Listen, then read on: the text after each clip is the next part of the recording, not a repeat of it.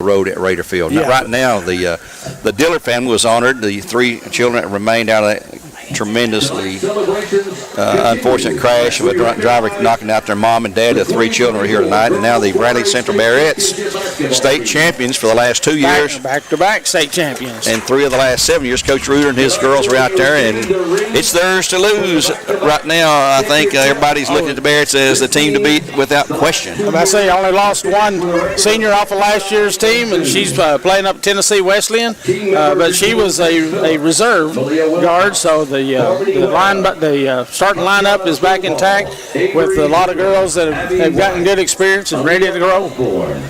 And you got to stay away from injuries, of course. And he's got really tough up the schedule going to the Orange Bowl Classic in Miami during the Christmas break, between Christmas and New Year's, and then they've been invited to the ML King Classic in Washington D.C. the weekend of Memorial MLK weekend. That's the weekend of the inauguration. Yep. So but I've already talked to them. They said they will be a good distance from where the inauguration is. Yeah, actually across the river in Virginia there, but they'll have a tough time there. Coach Reese says, well, I don't care if we win or lose. The girls have earned the right to do something like this, and we're glad to give them the opportunity to do that. We're going to have an anthem and a prayer coming up here in a moment, and we'll turn our mics on for that when it's time for that. And let's see if we're about ready to go. I think we are.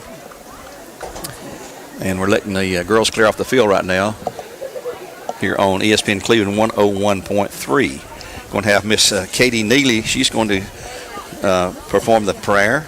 She is a freshman here, the daughter of Angie Neely, who's one of our assistant principals. And Braylon Taylor will sing the national anthem here, and I'm sure she's going to do a great job there, as they always do. We got a lot of talent here at all of our local schools, and I just wished I had a little bit of the talent they have. But, and the JRTC is about to come in, and we'll have that anthem and a prayer coming up here for you.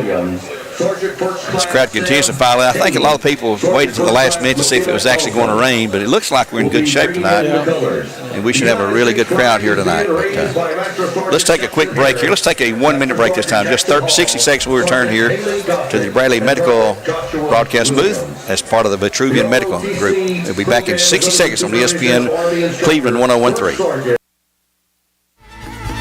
My thoughts are with you, holding hands with your heart. See you, only blue talk can love you. Remember how the new love was here to stay. Now December, now the love we shared in September. Only blue talk can love you. Remember the new love we shared today.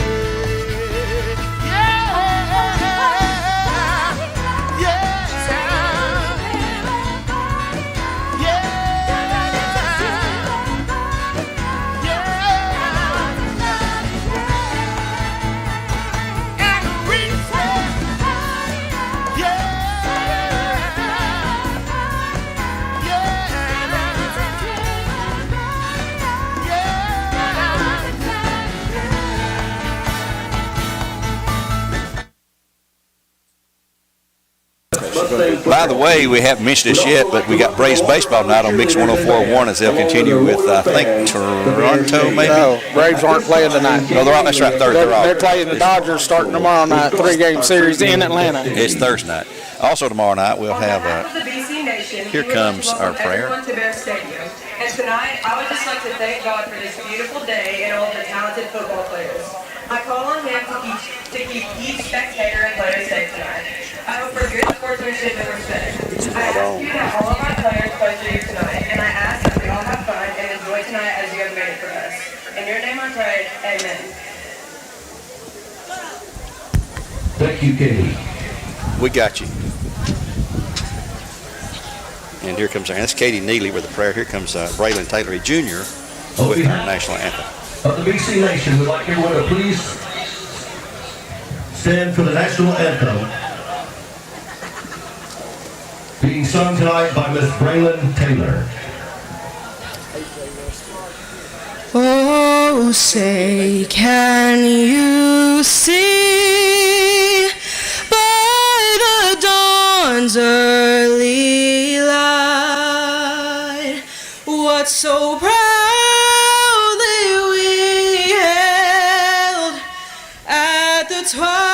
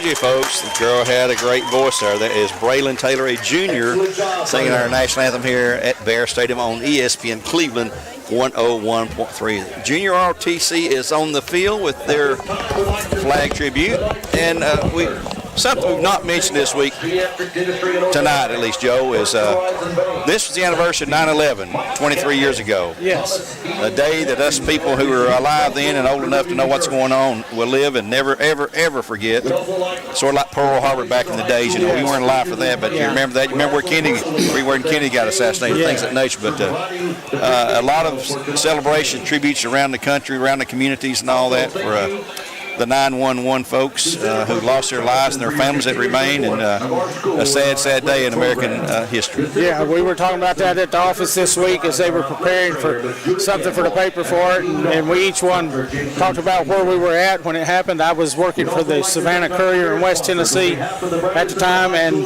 both of my boys were in the Navy at the time. One had just finished boot camp, and the other one was already out on a submarine.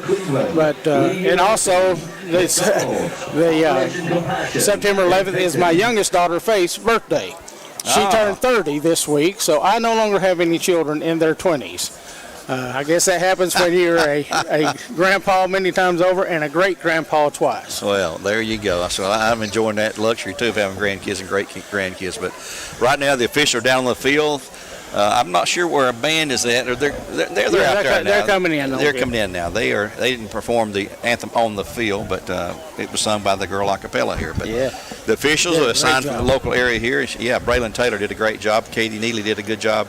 She's a freshman, and Braylon is a junior here at Bradley Central. But the game's about ready to kick off. And by the way, we haven't mentioned this in a while. Cleveland will be home tomorrow. They're going to play their game on Friday, come rain or whatever, as they host Farragut in a big region game. For them, it'd be Cleveland's first region game, and be Farragut's. Let's see, Farragut has played no region games yet. So tomorrow night, Bradley Walker here tonight, Cleveland Farragut tomorrow night. That'll be on Mix 104.1. Hardin Valley will be hosting Knox Halls in their game, and Maryville will be at Knox West, and that should be a tremendous game. Maryville unbeaten. West has lost a game, and West is defending 5A champs from last season. Yeah, well, and also look at Farragut. Even though they're 0-3 coming in, look who they've lost to. Dobbins Bennett, second winningest program in the state. Powell and West, both, West is defending state 5A champions, so they haven't been playing any chumps. I mean, any easy teams. They've been taking on harder competition, and it should be a good game tomorrow night. And that's on Mix 104.1. Tonight we have no brace baseball. They're off usually. If they have an off day, it's usually a Monday or Thursday. Tonight it's going to be Thursday this week. Bears preparing to get ready for the kickoff. I tell you what, they're going to run through the banner. Let's take another quick time out here. Let's take a 2-minute break here on Mix 104. We're not on Mix. We're on ESPN Cleveland 101.3. Back in 2 minutes with more live coverage.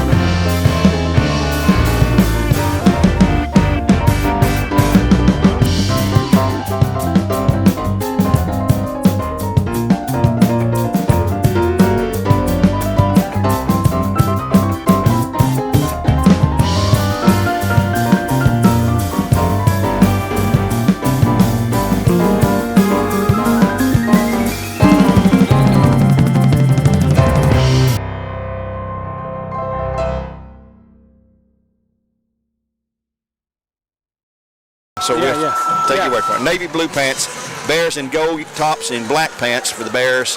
Both teams wearing white helps tonight. Last week at Maryville was sort of neat. Brad was in all white from the top to bottom, and Maryville was in all black. Yeah. And the Bears would like to forget that fiasco, 38-0 loss. Yeah, that's the kind of game you got to put behind you and just go on forward. If you dwell on it, it's going to just make it worse, you know. Yeah. Come back to bite you there. But Walker Valley, of course, took the 51-23 loss at Cleveland last week. And none of those were conference games. Braddock's game was a conference game, so they're 0-1 in the region, and Maryville is 1-0 in the region in the early ones. Here come the folks out on the field for the coin toss. Walker Valley comes in this game ranked number 8 in the state in Class 5A. They were at 4 before losing to Cleveland last week. They slipped down to 8 in the poll this week. Walker will call the coin toss, brought to you by Springdale Heating and Air. We appreciate those as another one of our great sponsors, Springdale Heating and Air. I'm not sure where the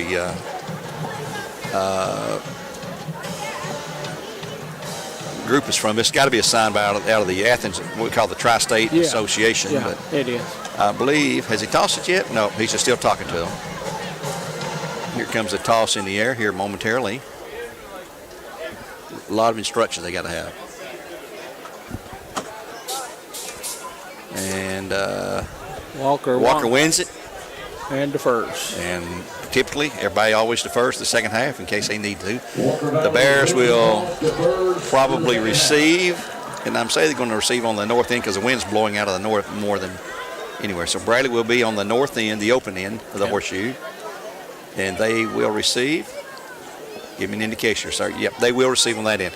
Let's take a quick 30-second timeout for Chattanooga Auto Square, and we return with a kickoff here on ESPN Cleveland 101.3.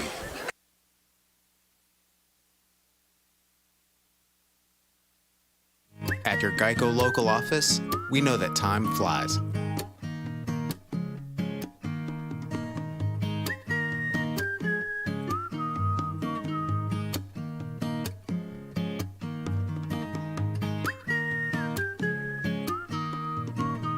But when you bundle your coverage with Geico, you could save money all year long. Contact your local agent to get personalized service. Back at Bear Stadium, in case you joined us a little bit late, the Mustangs tonight, 2-1 coming in, the Bears 1-2, and the coin toss has been made. Walker Valley won it. They deferred to the second half. Brady will receive on the north end, the open end of the horseshoe. Walker kicking left to right on your radio dial into a come and go wind. It's right now it's sort of down, but the flag is blowing that direction toward the south, so there is a bit of a wind indicator here, a factor. But that's our Springdale Heating and Air coin toss. Old-fashioned, friendly, and always more than your money's worth. Springdale Heating and Air, 479-6363. We appreciate that. Kicking off for the Mustangs is going to be number 5. I can't see a number yet. There he is. 82 is going to kick off. He throws that football out and doesn't like it. Noah Campbell, who is a senior.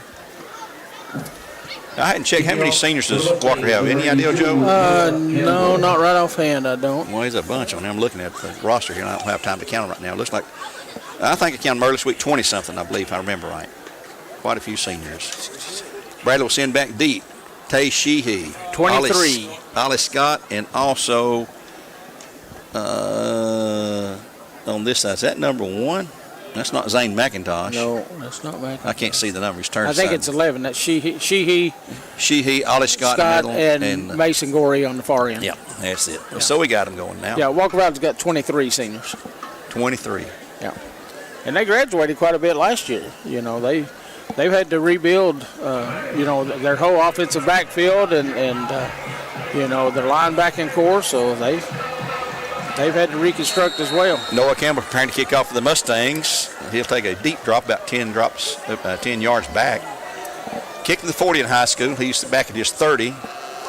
See what kind of leg he's got if he tries to go deep. And he will go deep. Spinner's going to go and be dropped and picked up by Ollie Scott, the 10, 15. He's down to 14 maybe. There's a flag. Might have been it's right at the tackle point. Let's see what that's going to be. For the man in the white hat through that. He's tackling at the 14. It looks like a horse collar. He's indicating a horse collar, I believe. Well, I don't know if he's doing that or not. Or maybe he's talking on his mic. Face mask. Face mask on the Mustangs. There'll be a 15-yard mark off. Put the ball at the 29-yard line. The Bears take over first down and 10 at that point. That's our first flag of the night. And our penalty sponsor, the LB Appliance, large enough to meet all your appliance needs and small enough to appreciate your business. Located there at the corner of Dirt Key Road and Highway 64. And believe me, Josh, Taylor and his guys will take care of you. I've used them quite a bit. Okay, there's just a 5-yard penalty there on that. No, just 5. So there's a 19. Brady Lewis at quarterback. I guess we'd call that a Wildcat. It's our 5th quarterback this season. And here's the handoff to the man in the middle. It's going to be, I didn't even see who was carrying the ball. Beard. Beard out to the 20, to the 22 or so. Yeah, 5-yard mark off on the penalty. Give him a short 4, second down and a long 7, let's call it. Ball at the 23-yard line. The official stopped playing. Calling time out here for something. And Bradley's going to have to snap the ball right in front of the... They're making Brady take off a towel off the back of it for some reason. Well... So Tucker Cook, the freshman, will come in, at least for the one play. On second down and 7. Brad's going to be playing right in front of that Walker Valley band. Yeah. So in a shotgun, empty backfield, twins to the left, trips to the right. The snap, and there's a flag on the Bears. I've seen the guard move. 5-yard mark off back for the Bears. Make it second down and about 12 coming up. Move the ball back to now the 17-yard line, looks like. Here, they made Brady come off because his towel that he had hanging was black and not white. He said he just replaced it with a white towel. But he's not back in the game. No, Tucker not yet. Cook will stay there right now. Out here to the left is going to be Tyrese Stovall. Looks like Landon Scott's out here too, number 8. The snap. Cook's pass going to be complete to Stovall. He's hit immediately and brought down for a loss. And maybe push back to where? 16-yard line. 1 yard less. Third down, about 13 to go. So now Brady Lewis is back in at quarterback. Brayshawn Bearden will spread out to the right side. It is Landon Scott, Tyrese Stovall this side, he, Ollie Scott, and Beard to the right. We got 5 wide. Yes. Empty backfield. Man in motion. It'll be carried by Brady Lewis, and he'll move forward to the 20, far short of the first down to the 20. A gain of about 4. Be 4th down and 9 coming up for the Bears, and they'll send in the punt team. Well, Brady Lewis will stay in the punt.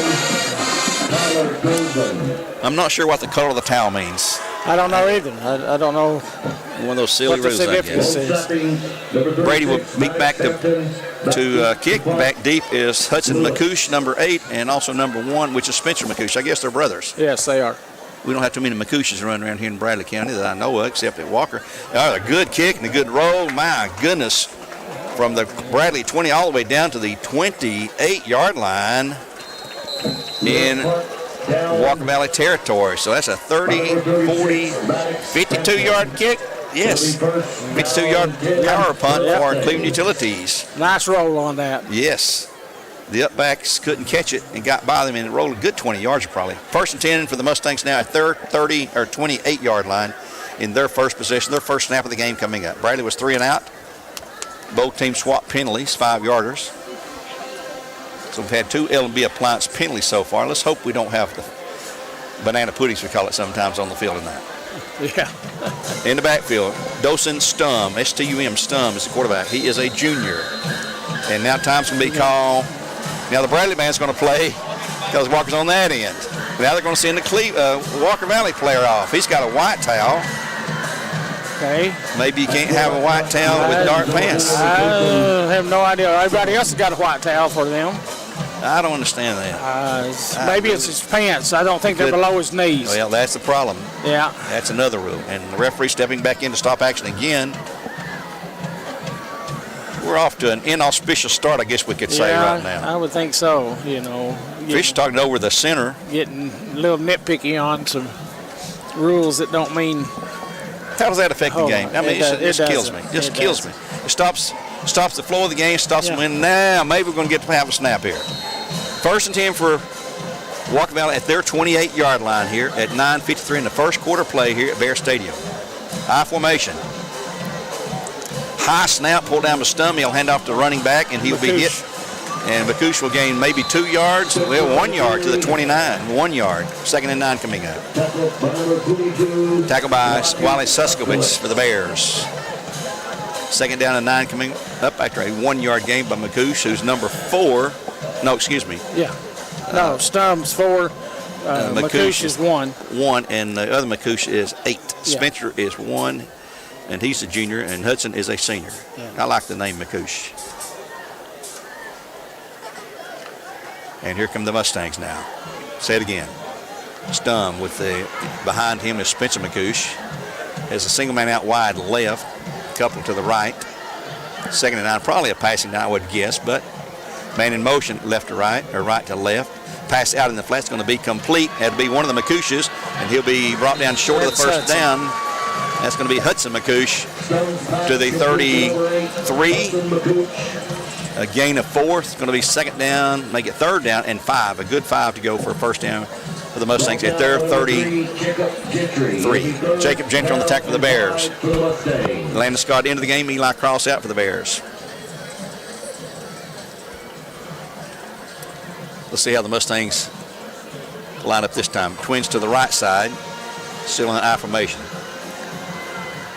Stum, he's trying to pull the Bears off, you know. Didn't work that time. He'll change the play. He'll step back into the shotgun.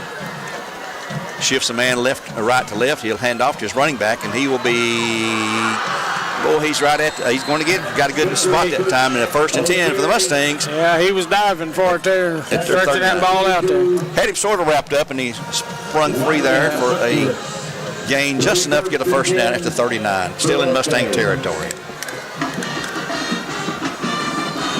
Battle of the bands going on right now. Both sides, they want to play at the same time.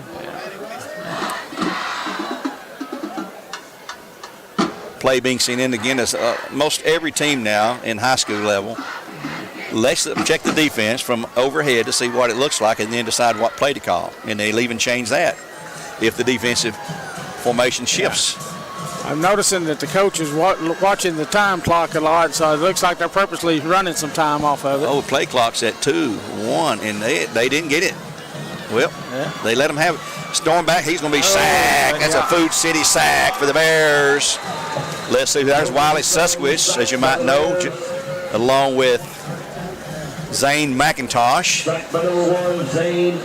And a loss of a good 3 yards. Let's call it 2nd down and 13. They were all over him before he had a chance to get set. Stum, S-T-U-M, Stum, that quarterback. McCouche at the tailback behind him. Now they're going to shift to the halfback position. Bradley shift their defense around at the last second. And there's a flag that's going to be on Walker Valley. Bradley shifting probably is causing them to, it's hard not to react, you know. Yeah, you see that movement in your peripheral vision and you jump too. So. There's another 5-yard penalty, the 2nd of the night for L&B Appliance against Walker Valley. The Bears had one. So a 2nd down and now, 18 to go, I guess. Back to the 31. 2nd and 18 at the Mustang 31. Definitely a passing play right here, I would guess. Boy, they got a guy wide open right here. Nobody on him. Stum back to pass, throwing left, and ball almost intercepted. My goodness. That's going to be number 26 for the Bears, Anthony Perez, who really has come on strong this year. 3rd and 18. He nearly had that tipped into his own hands. It had to have been an easy 6 points. Well, it would have been a walk-in. Yes. Put the ball back down to the 31. Bradley shoving in some new defenders. They're looking for a pass protection here. Stovall in the game for the Bears now. Out to the wide right, playing the cornerback over there. Mustangs look to the sideline. I think you're right. They're draining the clock down, lower, to the play to shorten the game somewhat. 6:34 to go. Clock stopped that incompletion. Stum set. Now they're going to change plays once again. Twins to the right side this time, and he's telling them they'll shift formations in the offensive backfield at least. Stum back looking. Boy, they're on him. A little pass into the middle is going to be complete to the 30, to the 35, to the 40, 45. And boy, he is close, but he is not there. It's going to be a couple of yards short of the first down at the Mustang 47. It's going to be 4th down and about 2. Right at 2, looks like. Yeah, that was a screen pass to Spencer McCouche. And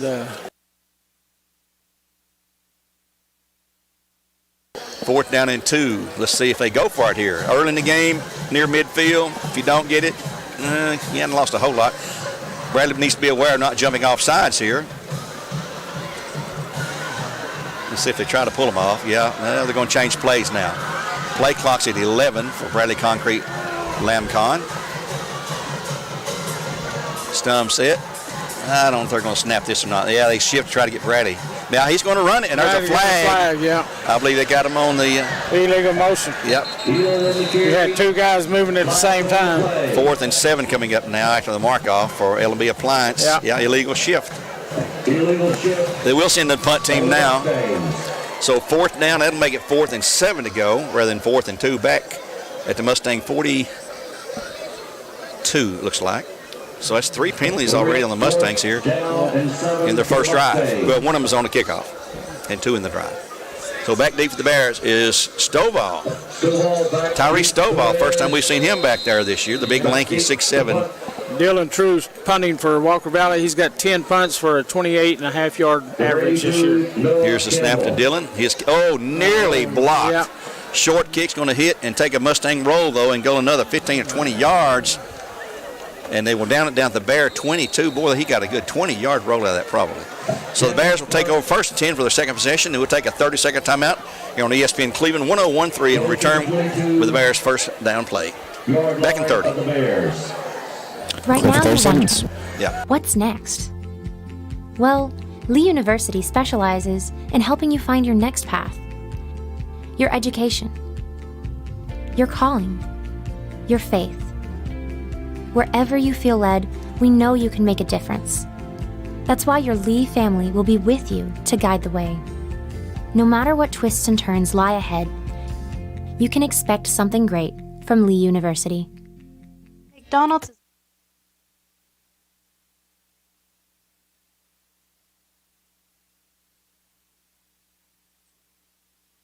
Well, Brady Lewis, starting at quarterback for the Bears tonight, takes the first snap. He calls his own number, and it gets about 5 yards or so. It'll be 2nd down and 5 for the Bears at their 30 or 27 in their second possession of the game.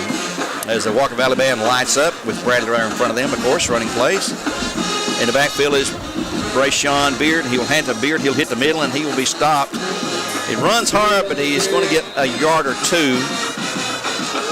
To the 29, it's going to be 3rd down and about 3 to go for a first down for the Bears.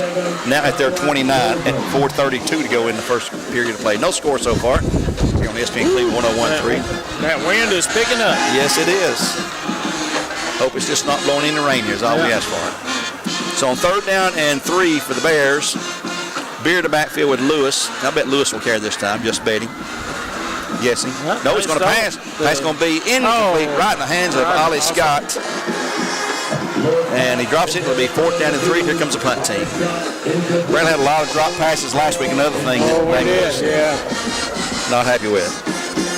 Try to run before you catch the ball, and it just doesn't work. Boy, he's going to be punting with a strong wind now. Brady Lewis. Was that 52-yard on that first punt? Yeah.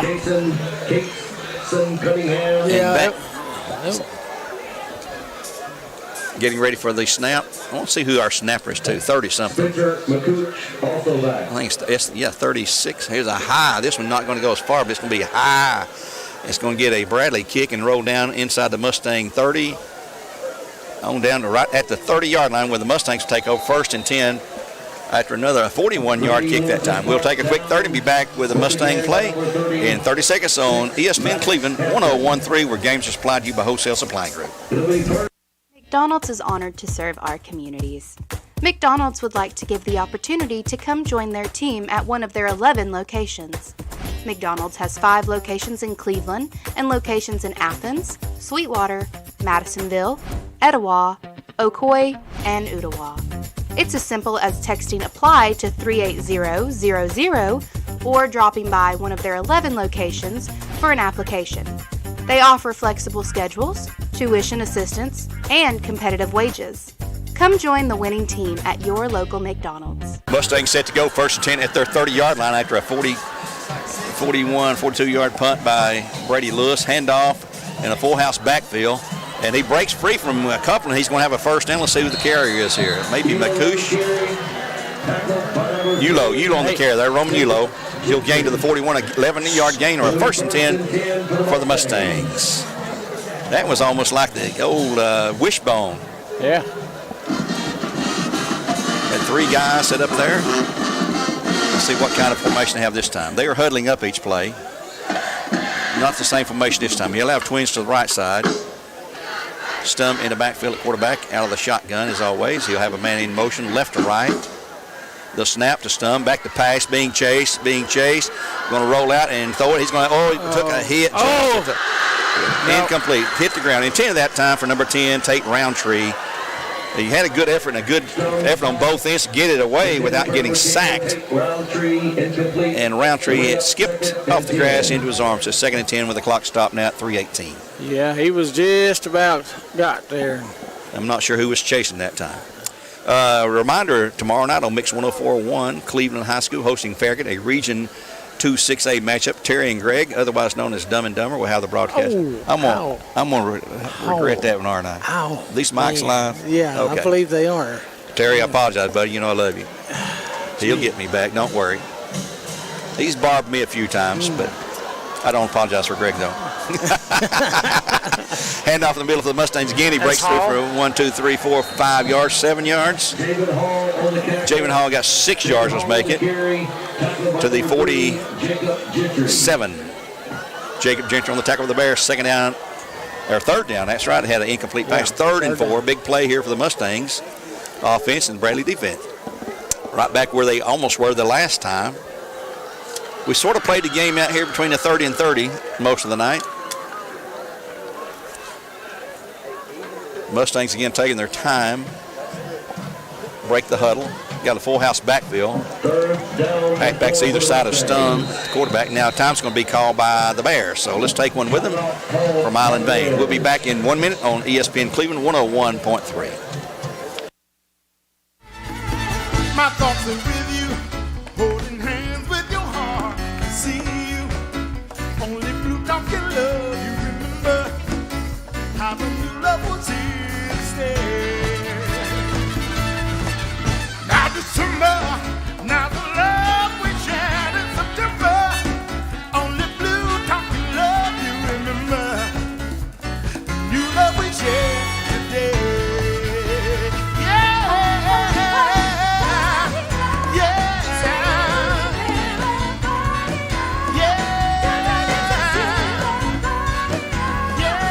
After that timeout, brought to you by Milligan Vane. Do your legs feel heavy and tired or achy?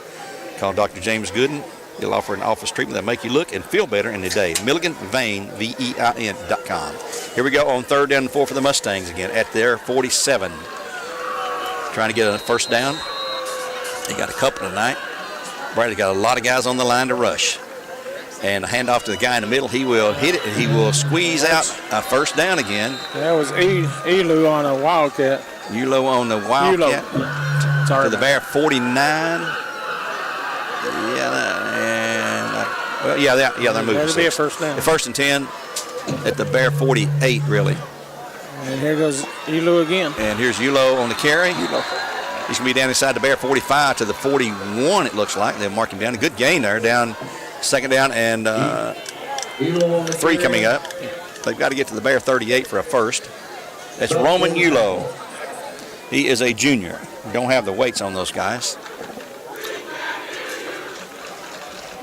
Mustangs continue to drive, trying to drive. 3 for the Mustangs. Mustang set. Man in motion, left to right again. That's Roundtree. Stum back, looking. Under pressure now. He's going to throw it out here. It's going to be out of bounds. No one had a chance to catch that. Defending was Stovall for the Bears, and Ulo was the intended receiver for the Mustangs. How would you like to go up against a 6'7" defensive back? No. Not near me. So on 3rd and 3, another big 3rd down play. Walker's been converting 3rd down plays. And this is 3rd and really a short 3 at that. Ball right to hash mark on the 41-yard on the far side, visitor side of the field. And the game clock's at 1:43, stopped again with the incomplete pass.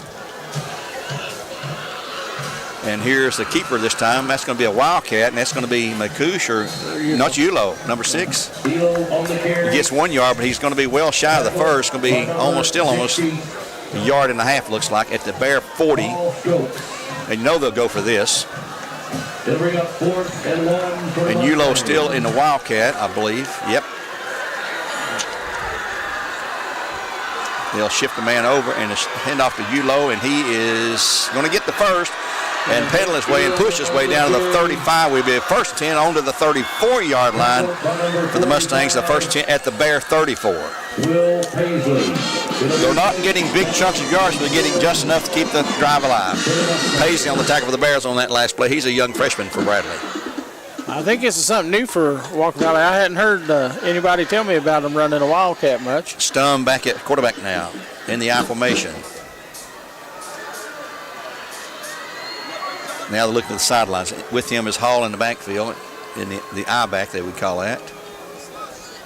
Clock at 46 seconds and running. As we come quickly to the end of the first quarter, Stum back looking to pass. Those out in the flat's going to be overthrown. Nobody there again. And again, look to Ulo, and again defended by Stovall. Going to be 3rd and 10. It'll be second and 10. Second and 10, sorry. Yeah. I got ahead of myself here. 2nd and 10 for the Mustangs. Clock is stopped now at 36.7. Crowd continues to fill out the seats. There's a big crowd over here. Bradley standing behind the rail and scattered among all the vendors over here.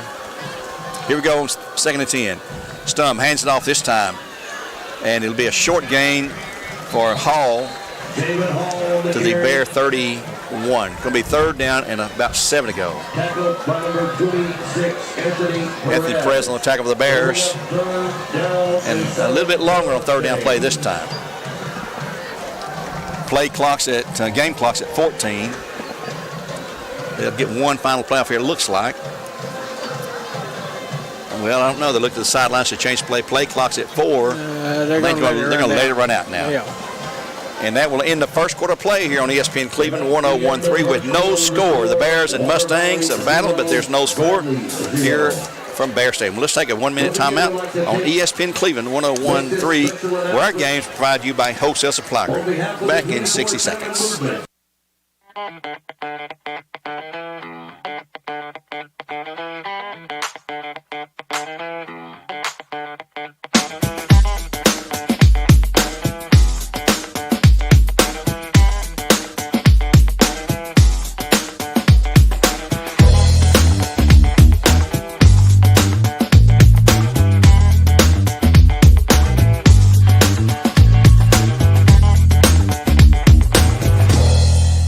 McDonald's, we're making changes every day to serve you better. It's what we're made of. And serving you better means fresh beef quarter-pounder burgers. Your burger, his burger, her burger. All cooked fresh, right when you order. Made from pure North American beef and just a pinch of salt and pepper. Because we think there's nothing better than a fresh beef quarter-pounder burger made for you, right when you order. And that's just one way we're showing you what we're made of.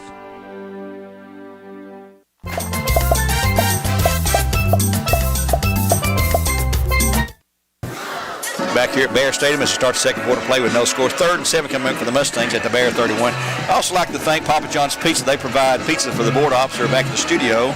Ephraim Kyle always doing a fantastic job for us. He works with us usually each week for Bear football and a lot of time during the basketball season. But enjoy the pizza, guys. And Joe and I will just sit here with our mouth watering and drool about it and think about it. I don't know. That Left Field Lounge barbecue from Travis was pretty darn good earlier. Yes, it was. It looks like they have shut down the serving of that right now, probably during the first period. But here we go with the start of the second quarter, 3rd and 7 for the Mustangs at the Bear 31-yard line. I believe this is their 3rd possession. Yeah, they've punted twice. They're going right to left now with the wind to their back. I formation again. Stum at quarterback. I believe that's Hall at tailback, at the I-back. He's back to pass, looking, throwing, downfield's going to be complete, and he'll take it to the house for a touchdown for the Mustangs. It'll be Ulo catch, a 31-yard catch and run. The first score comes on the first play of the second quarter, 11:52 in the period. Mustangs on top of the Bears. They'll line to kick the PAT. It's going to be Noah Campbell, number 82. for the attempted point after. And let's see who's going to hold. Snappy's going to be 70. No, I can't see his snapper. So Campbell ready to kick the PAT at 11:52 in the half. The snap, the place down, the kick. It is good. Timeout on the field. Get ready for the Mustang kickoff. We return on ESPN Cleveland 101.3 in just 30 seconds. Clear for 30.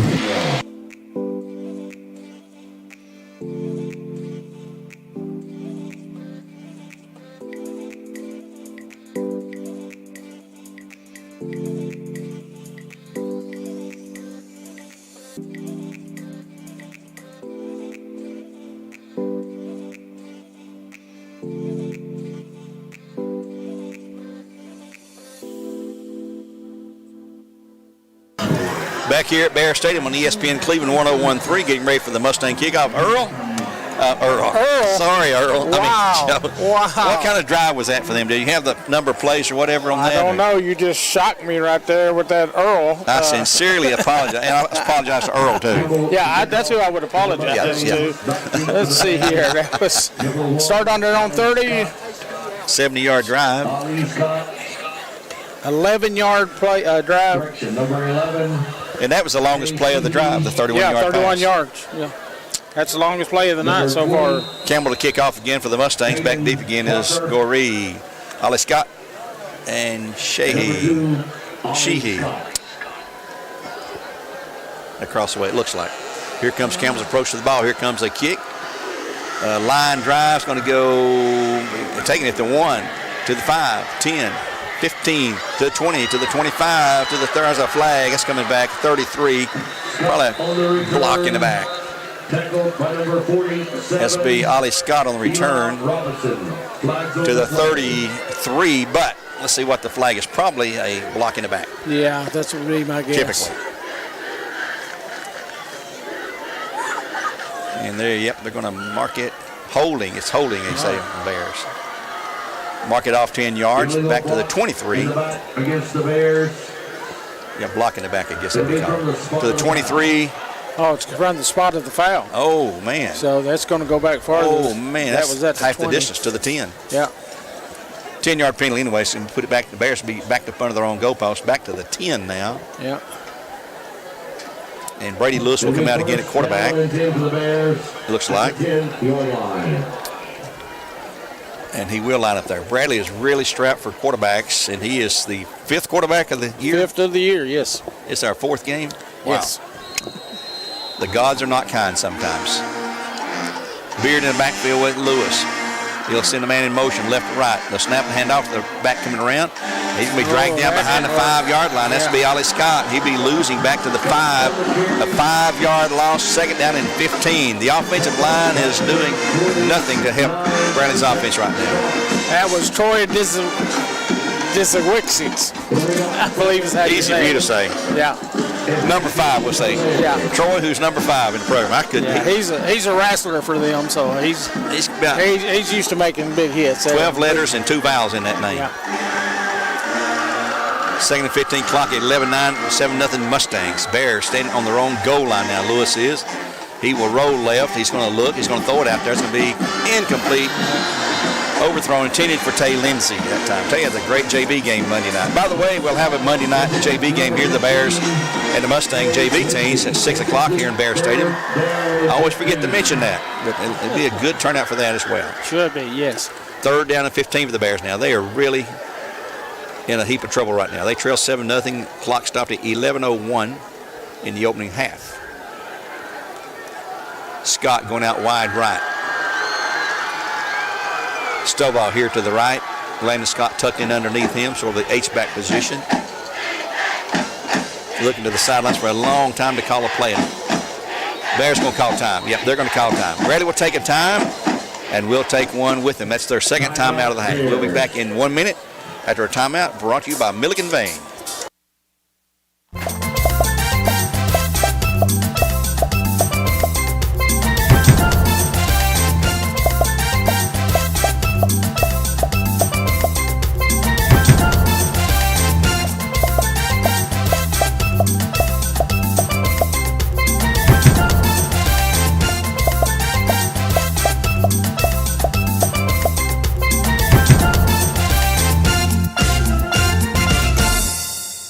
Right now you're wondering, what's next? Well, Lee University specializes in helping you find your next path, your education, your calling, your faith. Wherever you feel led, we know you can make a difference. That's why your Lee family will be with you to guide the way. No matter what twists and turns lie ahead, you can expect something great from Lee University.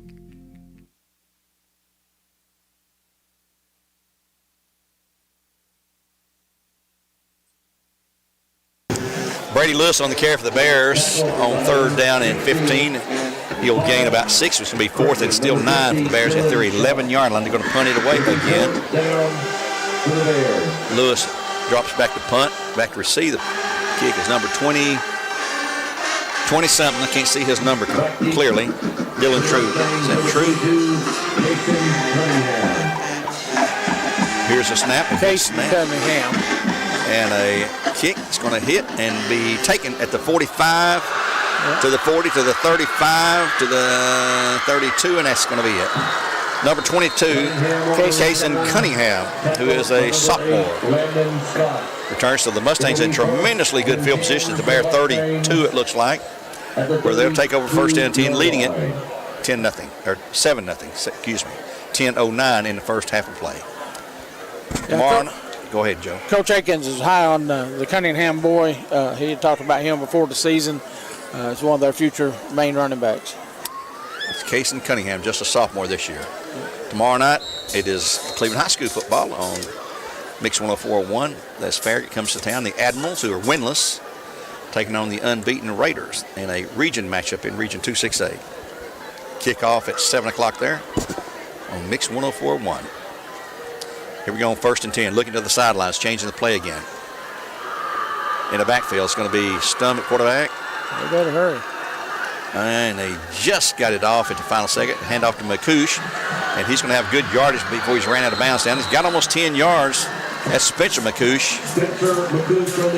And let's see where they're going to put him down. At the 24. No, he didn't get the first down.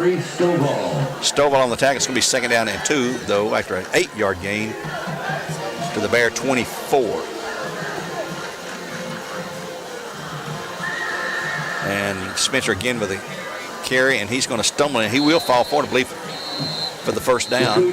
Depending on the spot. He's right at the yard marker. I believe he's got it. But we're at a big, no, it's first down. They give it to him.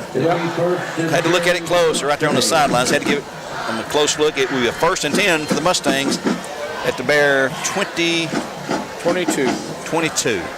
They lead at 7-0 here in the first half at 9:20 in the second quarter. Hall at tailback, Stum at quarterback. He'll take the snap, hands to Hall. He's wrapped up immediately and stopped behind the line of scrimmage by a couple of Bears in the middle. And he's going to lose Landon Scott on the tackle to the 29. He'll lose 2. 2nd down, 12 coming up for the Mustangs. Bears defense really needs to hold right here. 8:48 with the clock running. It's a Bradley Concrete clock. Lam Con. Changing signals again. They've changed every single play almost. Stum takes a snap, hands off to his running back. This time he's going to go wide. He's going to have yards to the 25, to the 15, to the 10. He's going to be knocked out at the 10 by Stovall on the tackle of Hall. And he will have, he's got the first down, yep. Just outside the 10 at the 11. They can get a first down inside the 1, but right now it's 1st and 10 at the 11-yard line. Walker Valley's wearing down the Bradley defense right now. Bradley offense cannot get anything going. Has the Bears even got a first down, Joe? No, not yet. I didn't think so. 3 possessions or 4 and have to punt it away. They'll shift a man right to left. Stum, set, takes it, hands it off. And hit in the middle. It's going to be Hall for no gain. Going to be 2nd down and 10. Hit right at the 11 by several guys. That's going to be Perez, looks like. Zane McIntosh in there. Number 3, Jacob Gentry. Jacob Gentry. They bring up 2nd and 10 for the Mustangs. Walker Valley send a couple of guys out and a couple of guys back in to replace them. Hall back stays in, though he went to the sidelines, came back in. That's Javen Hall, and he is a junior running back. Yeah, we got him and McCouche in the backfield together here on this setup. They look to the sidelines, get the play call, break the huddle. Play clock's already down to 5 now. 4, 3, 2, they get it off. Stum keeps it himself and goes forward inside the 10 for a short gain. Ulo. Okay. To the 7, give him 4 yards. Going to be 3rd down and 6 to go. At the 7, I believe he's going to put it to 7. Yes. Yep, just outside the 7-yard line in Bear territory. They lead at 7-0 at 7:20 to go in the first half of play. And begin the second half, Walker Valley will have the kick leading off the second half. They won the toss, deferred.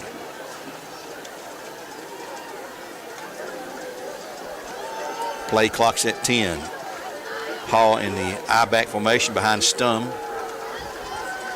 Stum will roll back to pass. He's under pressure, throws out, and the flat's going to be incomplete. It's going to be 4th down. He had no chance of catching it. He was under tremendous pressure that time. He had to get that ball off. From, I'm trying to see who that defender was. Oh, that was Perez, Anthony Perez, number 26. Here comes the field goal team in. It's basically this point actor here at this distance.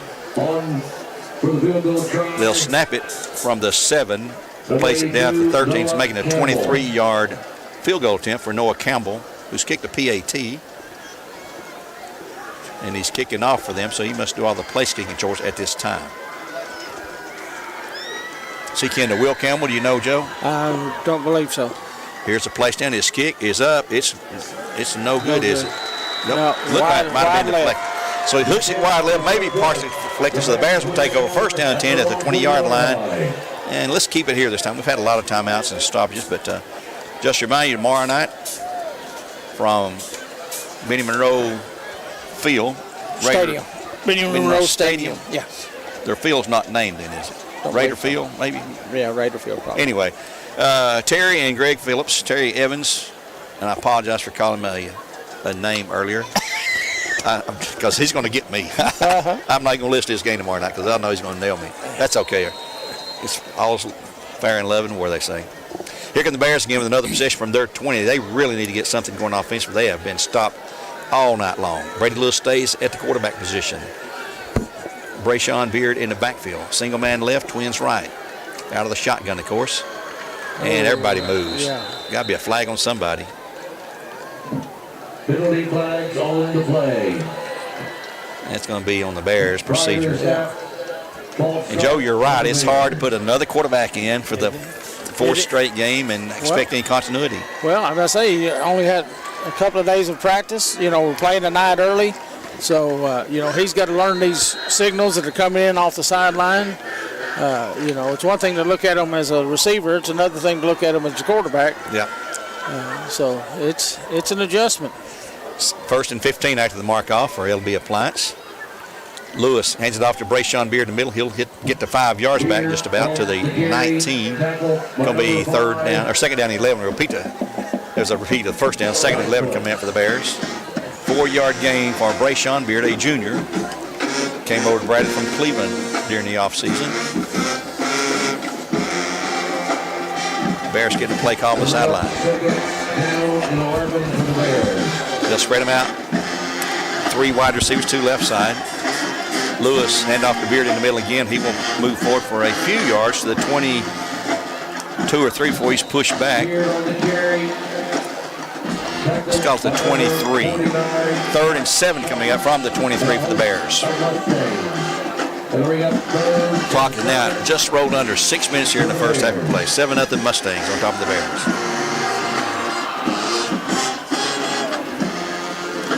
This time we're seeing no one out wide right, but trips to the left. Lewis back, looking, throwing out. The flat's going to be incomplete. Comes up short. 10 for Stovall. It's going to be 4th down. They'll have to kick it away. Stovall incomplete. It'll bring up 4th down for the Bears. Who ran the ball? Beard. 5:40 to go, clock stopped, the incompletion. And punt yet again, Brady Lewis back deep, number 1, Spencer McCouche. And looks like 22, Cason Cunningham. Yeah, Cunningham. Good snap. Cunningham. Lewis with the kick, taking it to 42, and then hit and brought down in his tracks. Wow. That's Tay Lindsay, the first man to hit him, I believe. McCouche with no return at the 43-yard line. Let's take a quick 30 here on ESPN Cleveland 101.3. We'll return at 5:31 in the first half. 7-0 Mustangs on top of the Bears. At your Geico local office, we know that time flies.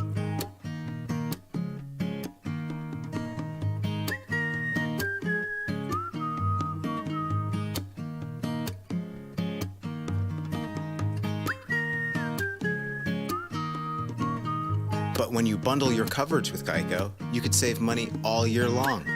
Contact your local agent to get personalized service and even more savings. Back here in Bear Stadium, 5:31. The clock will start on the snap of the ball.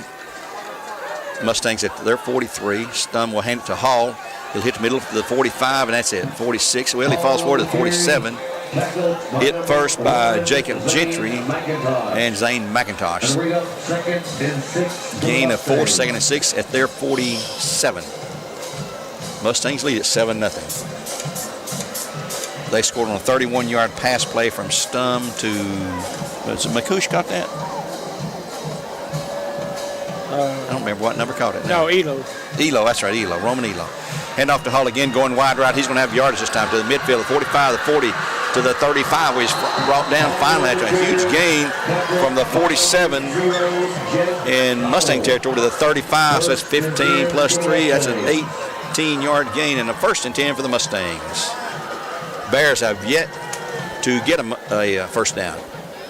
And we're at 4:45 in the first half. Coming up halftime on the Southland Finance halftime show, we have scores of interest on our Elders Ace Hardware scoreboard. A few tonight, some other games changed to Thursday. We'll have our stats brought to you by Waste Connections. We have our middle school report brought to you by Center for Cosmetic Dentistry. Back goes Stun to pass, looking under pressure, throwing, going to be complete, and I think he got the touchdown. Yes, they do. That is going to be 6, Elo on his second touchdown catch. Not this one, 35 yards. Had a 31-yarder early, and this is a slant pattern across the middle, a post man you might call it. And he was open, and no one's behind him to defend. At 4:20 in the half, 13-0 now the Mustangs on top of the Bears. Campbell try to add another PAT. Joe, this reminds me back a couple years ago, it was 21-0 Mustangs. That's right. Yeah, they 21-0 midway through the second quarter, and Bradley was able to come back. This time his kick is good. So timeout on the field at 4:20 to go. 14-0 Mustangs over the Bears. We'll take a 30-second timeout and return to Bear Stadium on ESPN Cleveland 101.3.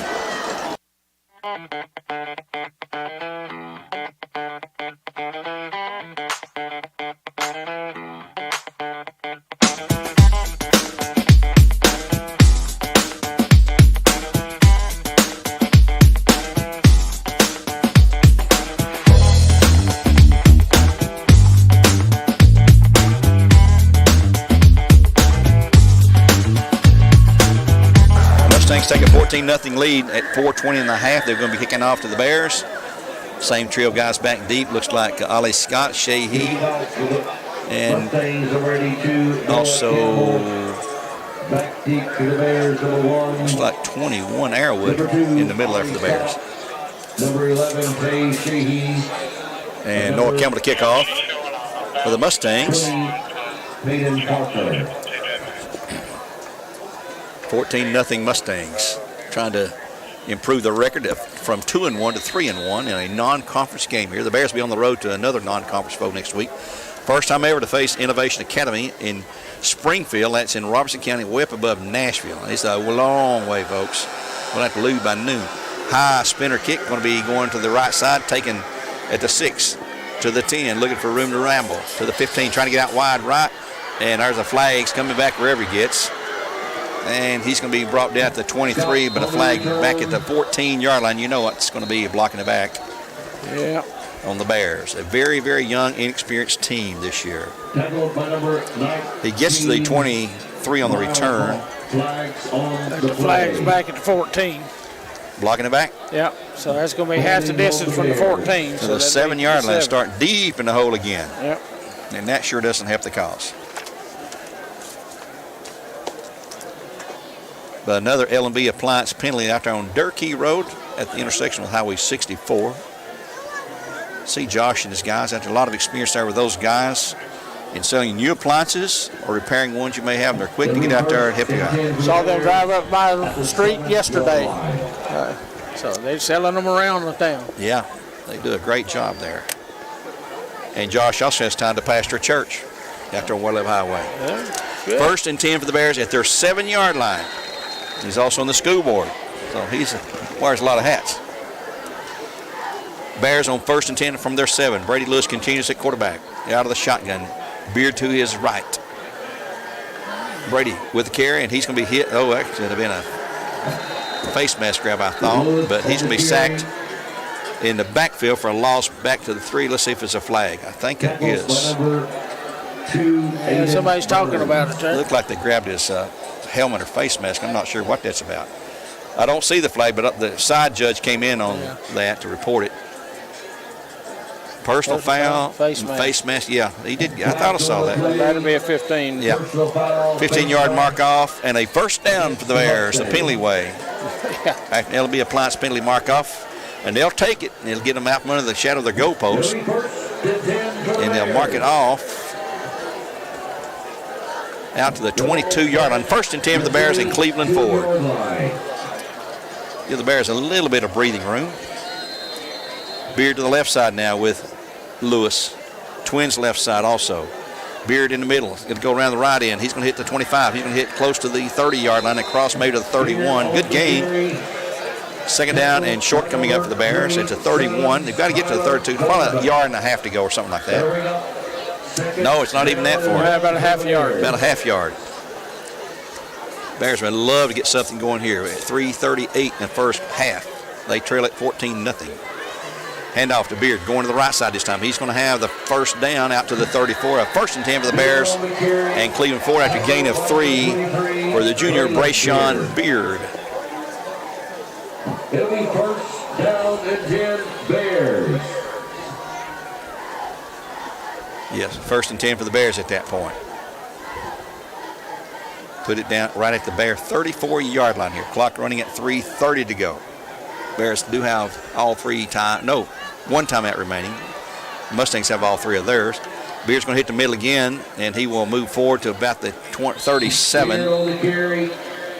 A gain of about 3, 2nd and 7 coming up. Yep, gain of 3. Off the Bear 37 now.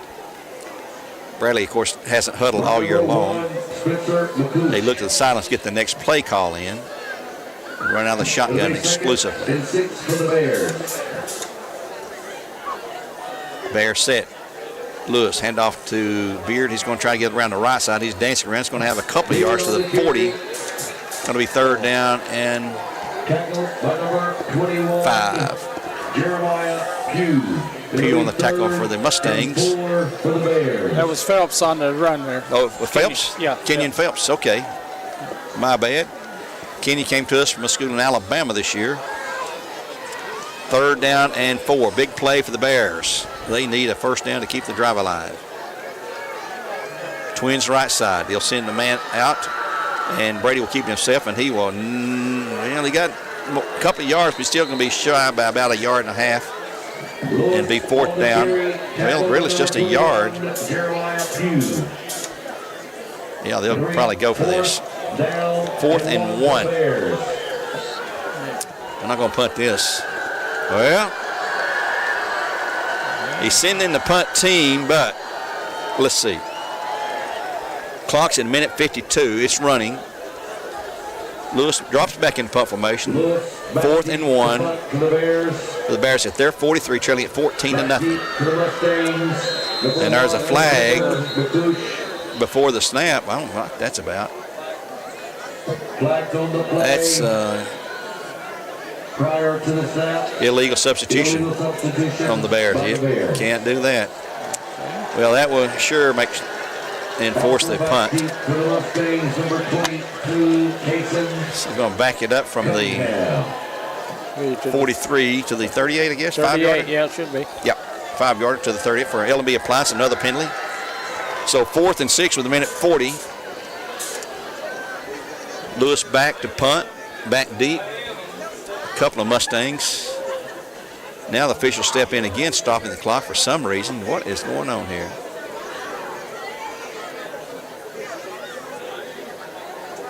Okay, confusion's over. Here we go with the snap. Minute 40 to go, 14. Here's a snap to Lewis. His punt is a low line drive. It's going to hit and roll and roll. Oh, it takes another big roll down inside the 20 to the 18-yard line from the 38. 36. So I'll let Joe figure that up with his mathematical brain. Minute 29 to go in the half. Let's take a quick 30 here on ESPN Cleveland 101.3. We'll return with the Mustang play in just a half minute. At McDonald's, we're making changes every day to serve you better. It's what we're made of. And serving you better means fresh beef quarter-pounder burgers. Your burger, his burger, her burger.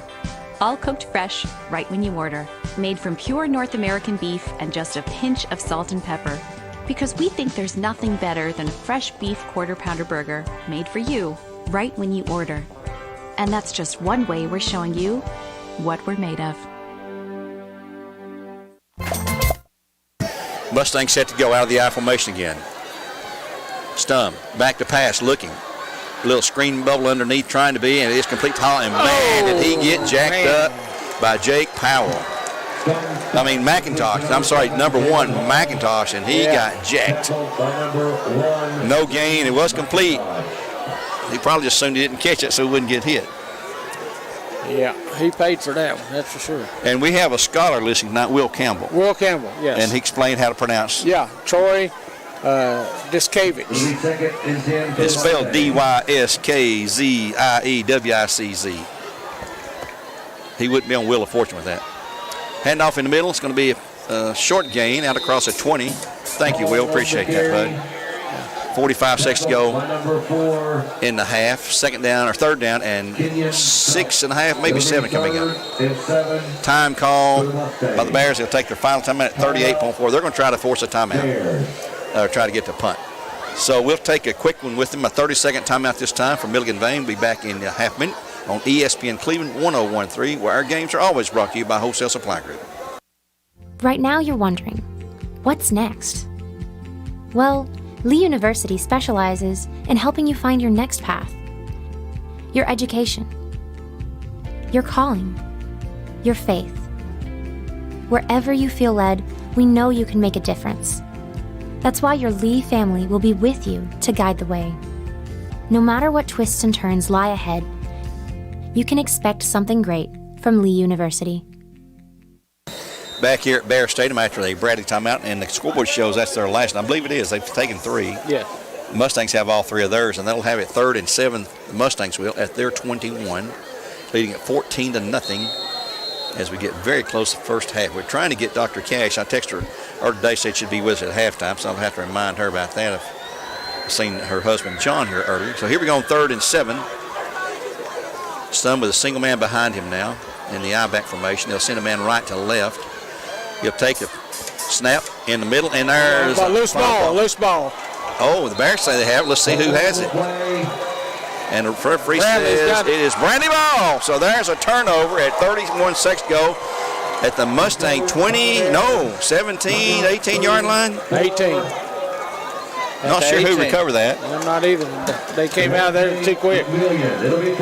So the Bears have a chance now, and that's the break they might need at the 18-yard line in Mustang territory with 31.5 seconds to go and no timeouts remaining. You know they're going to throw the ball, I would think, to the sidelines. Can't keep it in bounds too long.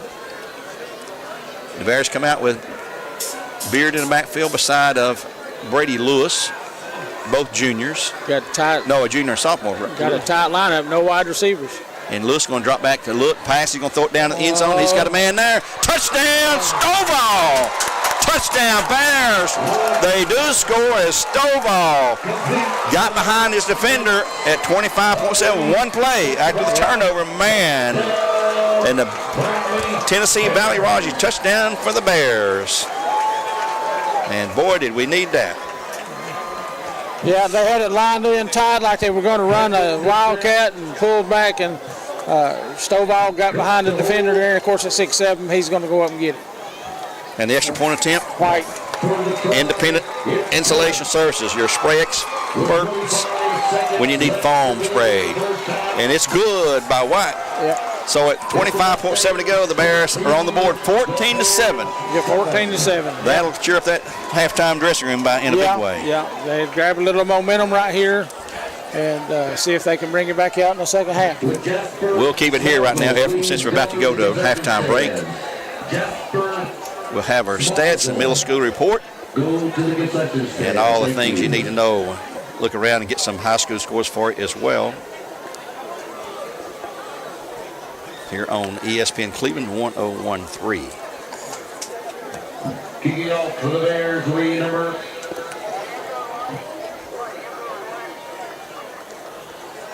Bears offense has been stuck in neutral the first half. That may be the thing that need to get them going. And I'm not sure who recovered the phone. I'll find out. It was a big pile up there, and by the time everybody cleared out, the ball was laying loose, had already been called. Kicking off for the Bears is going to be number 98, Noah Samoa. Yeah, that's Noah. He's a young freshman for the Bears. He's a left footer. And here comes his kick. Oh, it's an onside kick. And Walker would cover at the 46-yard line. Recovered that time, but number 19, Miles Hawk. So they'll have it 1st and 10 with 24.4. And they've got all 3 timeouts remaining. Now the Bear defense is going to have to hold them. Prevent them getting anything loose here for a crazy score here, because they can stop the clock, as we said, with 3 timeouts remaining. That's true. Right at the 47-yard line, Mustang territory. They lead now 14-7. Bears on the road to Innovation Academy. That's in Robertson County in Springfield. Matter of fact, it's the old Springfield High School, if you folks want to compare. The old Springfield High School. Built a new school in across town, and Innovation Academy took over, said, well, we'll take the building and the facilities. Stum with a handoff. In the middle will be Hall. He's run hard. He hits a stone wall there after a couple 3 yards to midfield. It's going to be 2nd down and 7, and they're going to let the clock run out here, I believe. As I said, the Mustangs will have the ball coming out. And they're already walked to the end zone. They're going to let the clock run out, and the Bears going to the dressing room as well. So your halftime score as the clock ticks down to 0. Mustangs 14, Bears 7, here from Bear Stadium on ESPN Cleveland 101.3 as we get ready for a Southline Finance halftime show. And before we go to break, I'm not going to forget this time our trivia question. And here it is. If you know the answer to this, you can dial 423-749-1013, 749-1013, and you'll know the correct answer. And the first caller, you'll win a gift certificate to Buddy's Barbecue. Here's the question, though. These two teams have played 19 times. You said 18. They played 19. Oh, I'm sorry. It's 19. And the Bears have won 18 of the 19. They have one loss at Walker Valley. What year was that loss? As simple as that. What year did they lose their only game out of 19 to Walker Valley? If you know the answer, call 423-749-1013, 749-1013 to win a Buddy's Barbecue. They're a great sponsor of local high school sports, and they're located right there on Paul Huff Parkway. Let's take a 2-minute timeout here. Let's get ready for our Southland Mid Finance. Gosh. Yeah, Gary, keep talking. Southland Finance half.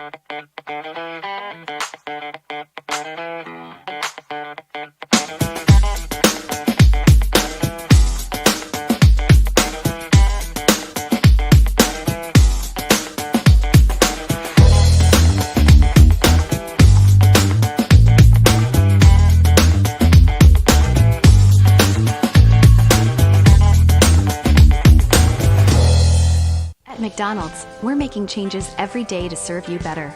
It's what we're made of. And serving you better means fresh beef quarter-pounder burgers. Your burger, his burger, her burger. All cooked fresh, right when you order. Made from pure North American beef and just a pinch of salt and pepper. Because we think there's nothing better than a fresh beef quarter-pounder burger made for you, right when you order. And that's just one way we're showing you what we're made of.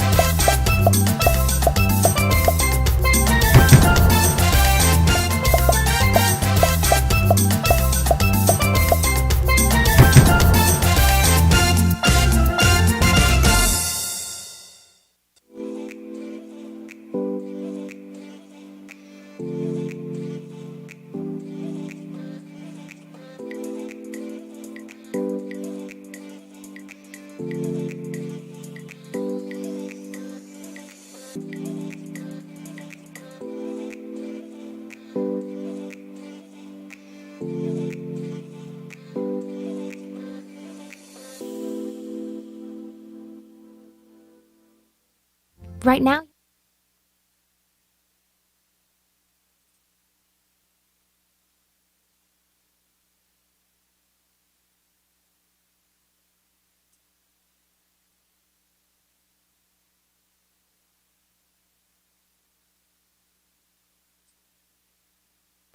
Welcome back to Bear Stadium here on ESPN Cleveland 101.3 at the halftime score. The Mustangs lead the Bears 14-7 at this point. The Bears with a late score there in the last 35 seconds, I believe it was, on a catch from Brady Lewis to Stovall. Being joined now by Director of Schools, Dr. Linda Cash. We always enjoy getting her on the air, talk about what's going on, the state of the schools and things like that. And Dr. Cash, we're a month into the school year, and I'm here at Bradley a lot, as you well know, and see what's going on here on a daily basis. But how is the overall school season starting? Well, I can tell you that we have just great opportunities for kids, and when I'm moving in and out of the schools, I see kids that are actively engaged with learning, but they're also happy to be at school, like be around their friends, around their teachers. I just think that we're very blessed to have atmosphere where it's still safe and secure, and that students want to come. And if you don't think it's safe, you try to get into Brandon Center during the day. Yeah, you're not getting in easily. We had you locked out the other day too. But it's all about safety and security. Right. And I go back to the days of COVID in 2020 when I interviewed you at halftime of the basketball game, and I asked you, what about this COVID thing that's coming on? And little did we know the very next day that schools would be shut down for any determined period of time. Let's turn you around here. We're going to be on camera right here. And what brought that to mind was the kids, hey, it's a snow day, a rain day, we're out of school. They're thrilled to death. They were thrilled right then for a few days, and they realized, you know what? I miss my friends. I miss school, and they really want to get back. So that just shows, what an impact school has on them. And I think that, just like I'm watching the Walker Valley Band right now, and that camaraderie, school is about being together and community and learning and growing, and that's what we do in Bradley County, and we hope we have a place and a spot for every kid to thrive, and I can honestly say the teachers love being with these kids. Oh, I see that every day, and I thought it was really good that Bradley saluted the Dillard family before the game. Walker Valley teachers, two of those, and it's just a great thing there to come together and have their children out on the field. And that's one of the things that I talked about at the board meeting tonight, is when this community needs to come together, whether it's childhood cancer awareness or celebrating the Dillards and picking up that we come together as a community, and that rivalry is dropped, because what we do is we care about each other. Yes. How about, I've not seen numbers yet for Bradley County Schools. Is the student growth enrollment up this year significantly? The enrollment is up, and something that we typically don't see, we've had a large jump in our middle and high schools. We usually see that big jump in the elementaries, but this year it's been our upper grades. Really? And so that's a new trend, and we're excited because that means that they want to be back in schools. So it's really, really, really great. And a lot of people coming in from different areas. I think the word is out. We do a great job, and we take care of kids. Well, I see kids up here from countries all over the world now, literally, and so forth. Let me ask you about this. We've talked about this, seen it in the past a couple of years, about a new science wing that's going to be in development at Bradley Center. Right. Well, we have applied for a grant, and I actually just asked Mayor Davis not too long ago to contact Fleshman and see if we can start getting that pushed through. It's a big deal, and we're hoping to see at the beginning of the year that action just start to take place, and we're excited about that as well. We've got some other buildings going up, expansions at OMS, expansions at Parkview, and future plans. So just exciting things happen. I've got a grandson at Parkview, so I'm there quite a bit too. Yes. It's just been a fun year so far, and every day going on like here, it just keeps you entertained in one way or the other there. But I'll give you an instance. A couple of weeks ago, we had the OMS Lake Forest football game, and I just kind of scanned and looked, and the number of opportunities for kids to be involved and the family engagement was just amazing. And you don't get that everywhere. Right. So again, we're thankful for our families and just love having everybody together. Well, another thing I'm excited about, because I'm up here in the attendance office a lot. Yeah. We're getting new attendance office out there, and it's Yes, well you are. underway now. Yes, finally. it is. It is. That's a lot of concrete that was poured, so it's not going anywhere once it's in. So. Well, and right now, I think Mr. Springer told me this week it should be ready by Thanksgiving, somewhere around that time frame. So, big excited to get in there, and it'll make for a better, more secure entry and all that, which is pretty secure right now. Right. But, well, thank you for joining us. As always, we like to. And let's hope that all of our athletes come off this field healthy. Yes. And that no one gets hurt, but both sides play a good game. I agree with you there. All right. Thank you very much. Thank you for inviting me. Yes, ma'am. Dr. Linda Cash tonight, as always, coming up to talk with us, and we appreciate her words there. We're on the Southline Finance halftime show. Southline Finance, there at the corner of 25th and Fields Road. Let's take a 2-minute break here and come back. We'll have some stats. I'll give you the middle school report when we come back. And I'll also see if anyone won our trivia question. The question was, what was the only year out of 19 seasons that the Walker Valley Mustangs beat the Bears? That was at Walker Valley. If you know the answer, I may already have a winner. I have to check my phone. But call 423-749-1013. We'll be back in 2 minutes with more live coverage on our Southline Finance halftime show. My thoughts are with you, holding hands with your heart. See you, only blue dog can love you. Remember how the new love was here to stay. Now December, now the love we shared in September. Only blue dog can love you. Remember the new love we shared today.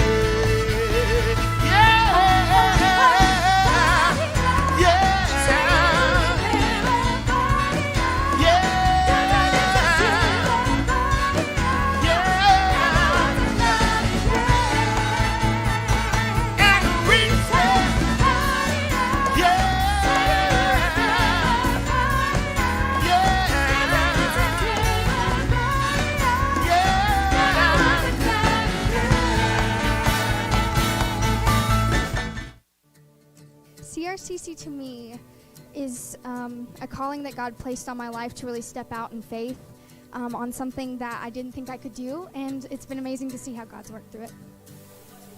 CRCC stands for Crossroads Community Church, but we're a church that our vision is to be a life-giving church in our community. We do that through helping people know God, find freedom, discover their purpose, and then go make a difference. And so that's what we're doing every week, is helping people discover their jam and go make a difference. At your Geico local office, we know that time flies.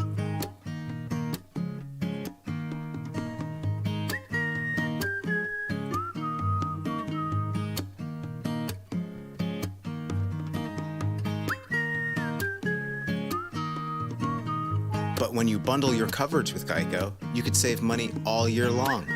Contact your local agent to get personalized service and even more savings. I am Cleveland Ford. Back here at Bear Stadium. If you tuned in tonight to ESPN Cleveland 101.3, expect to hear the Braves baseball. Well, the Braves are off tonight, and this is a Thursday night, but we got Friday night lights here tonight on ESPN Cleveland 101.3 because of the impending expected heavy rains tomorrow from what was Tropical Storm, then Hurricane Francine, who's more in West Tennessee and missed us completely, thank goodness, so far. Beautiful, beautiful night, and we'd like to thank Dr. Cash for being here and her interview and informative interview of things going on here at Bradley Central. We always appreciate it. We do have a winner, Miss Tina Kirkendall, and I hope I'm pronouncing your name right, Tina, tonight's winner.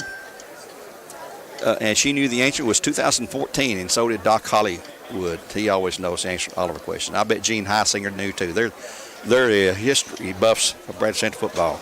We'll have Joe's stats here in a moment. Let's tell you what, let's go ahead, Joe, and do your stats, brought to you by Waste Connections. And you can visit him at wasteconnections.com, and we'll hold our middle school report till after you give those, okay? Let me turn you back up here. Now you're good. All right. Yep. There you go. All right. At the half here, Walker Valley has 184 yards of total offense. That's 98 yards on 21 rushes, 86 yards on 5 of 10 passing. They've punted once for 36 yards. They've got 3 penalties for 25, and they have 7 first downs. Their 2 touchdowns, of course, came by way of passes, both of them to Roman Ulo, 31 and 35 yards. Bradley Central has 68 yards total offense, 13 carries for 51 yards, 2 catches for 17 yards. They've punted 5 times for an average of over 40 yards a kick. They had a fumble but recovered it. Walker Valley had a fumble and lost it, by the way. And Bradley had 4 penalties for 25 yards and 3 first downs. The touchdown, of course, for Bradley was an 18-yard pass from Brady Lewis to Tyrese Stovall just before the half with 25 seconds left there. And that's where we stand. Well, there you go. Those brought to you by Waste Connections here in Cleveland. You can check out their website, wasteconnections.com, for all your pickups that you need there. We'll take another break. We'll come back here at halftime. You're in the Southland Finance halftime show here on ESPN Cleveland 101.3, where the Bears trail 14-7. 14-7. They got that last late touchdown after a Walker Valley turnover deep in their own territory to pull it within 14-7. We'll be back in 2 minutes, and we'll have a look at the middle school report, thanks to Mr. Andy Jeans down at Lake Forest, and the information he sent us. Back in 2 minutes. CRCC to me is a calling that God placed on my life to really step out in faith on something that I didn't think I could do, and it's been amazing to see how God's worked through it. CRCC stands for Crossroads Community Church, but we're a church that our vision is to be a life-giving church in our community. We do that through helping people know God, find freedom, discover their purpose, and then go make a difference. And so that's what we're doing every week, is helping people discover their jam and go make a difference. At your Geico local office, we know that time flies.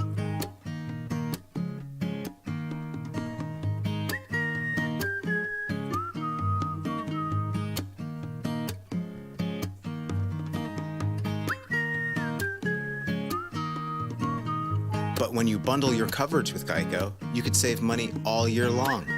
Contact your local agent to get personalized service and even more savings.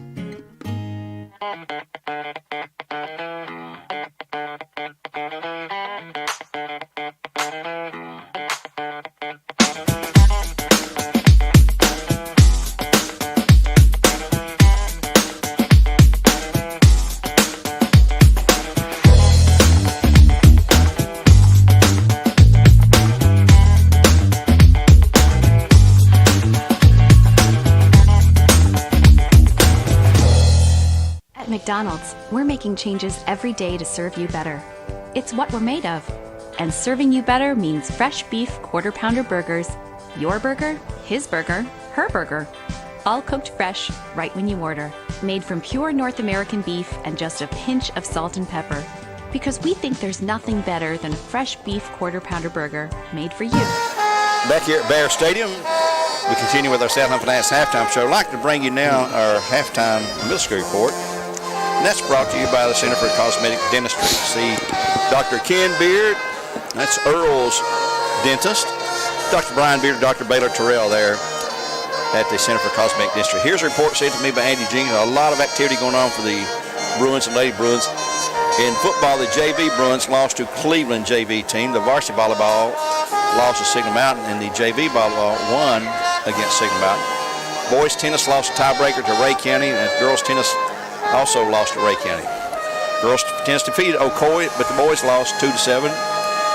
And boys and girls teams both lost to Cleveland middle school teams.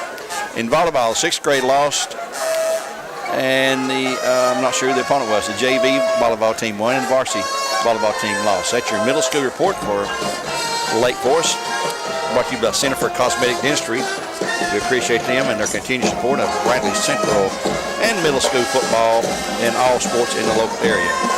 Well, Joe, first half, Bradley took the opening kickoff, 3 and out. Walker Valley come down, scored their first drive, I think. They had to punt back to the Bears. Yeah, they had to punt. They see here, there was The first score came on Walker Valley's second possession. That was the one that they took 70 yards in like 11 plays. And 31-yard pass. 31-yard pass from Stone to Ulo. Yeah, Roman. He scored both their touchdowns. Yeah, he did. And the next, Bradley had to punt again on the next possession, and then Walker Valley got down and tried a field goal, missed it. After yet another Bradley punt, Walker Valley drove down. They drove down. Needed just 3 plays to cover 57 yards, and the capper was a 35-yard touchdown to Ulo. Then Bradley, right before the half, gets a big strip on a running play there. And the freshman, what'd you say his name was there? 34. Duarte McMillan came up with the fumble recovery and set the Bears up at the 18-yard line. Next play, they looked like they were going to go to a wildcat run. They had the tight formation, but Lewis stepped forward, then stepped back, and lofted it to the back of the end zone to catch the 6'7" Tyree Stovall there for the touchdown. Extra point is good, makes it 14-7 at the half. And Tyree needed all that 6'7" height to pull that down there. I'd like to remind you about a couple things going on this weekend in the local area here. On Saturday, this is Friday, but on Saturday we have the 2024 Kids Cheer Clinic here in Jim's Media Arena. That's Miss Jennifer Moore and her cheerleaders putting that on from 9 till noon Saturday morning. It'd be $40 per student participant. You can register on the BCS webpage or in Smitty Arena. It'll be in Smitty Arena.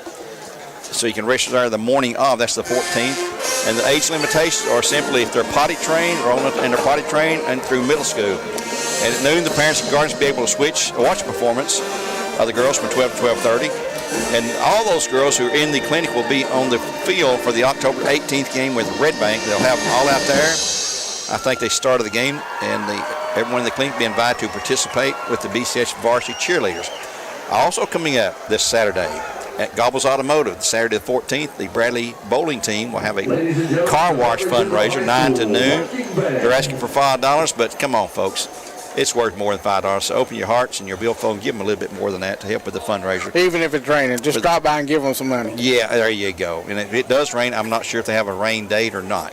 The Bradley Central Band also would like to announce that they're going to have their ABC Classic here on the 26th, I believe it would be, beginning at 2 o'clock here in Bear Stadium. The Bradley Band will be participating, but since they're hosting the competition, they will not be judged on their skill level.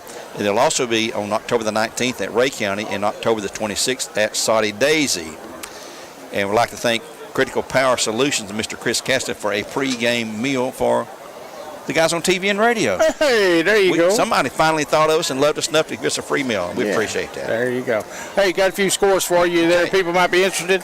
Alcoa and Greenville are battling two powerhouse programs. It's 14-13 at the half with Alcoa up.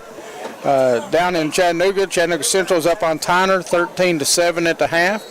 Hickson is up on Signal Mountain. There's a little bit of a surprise there, 6-0 at the half. Soddy is up on Sequoia, 14-0 in the second quarter, or early in the second quarter.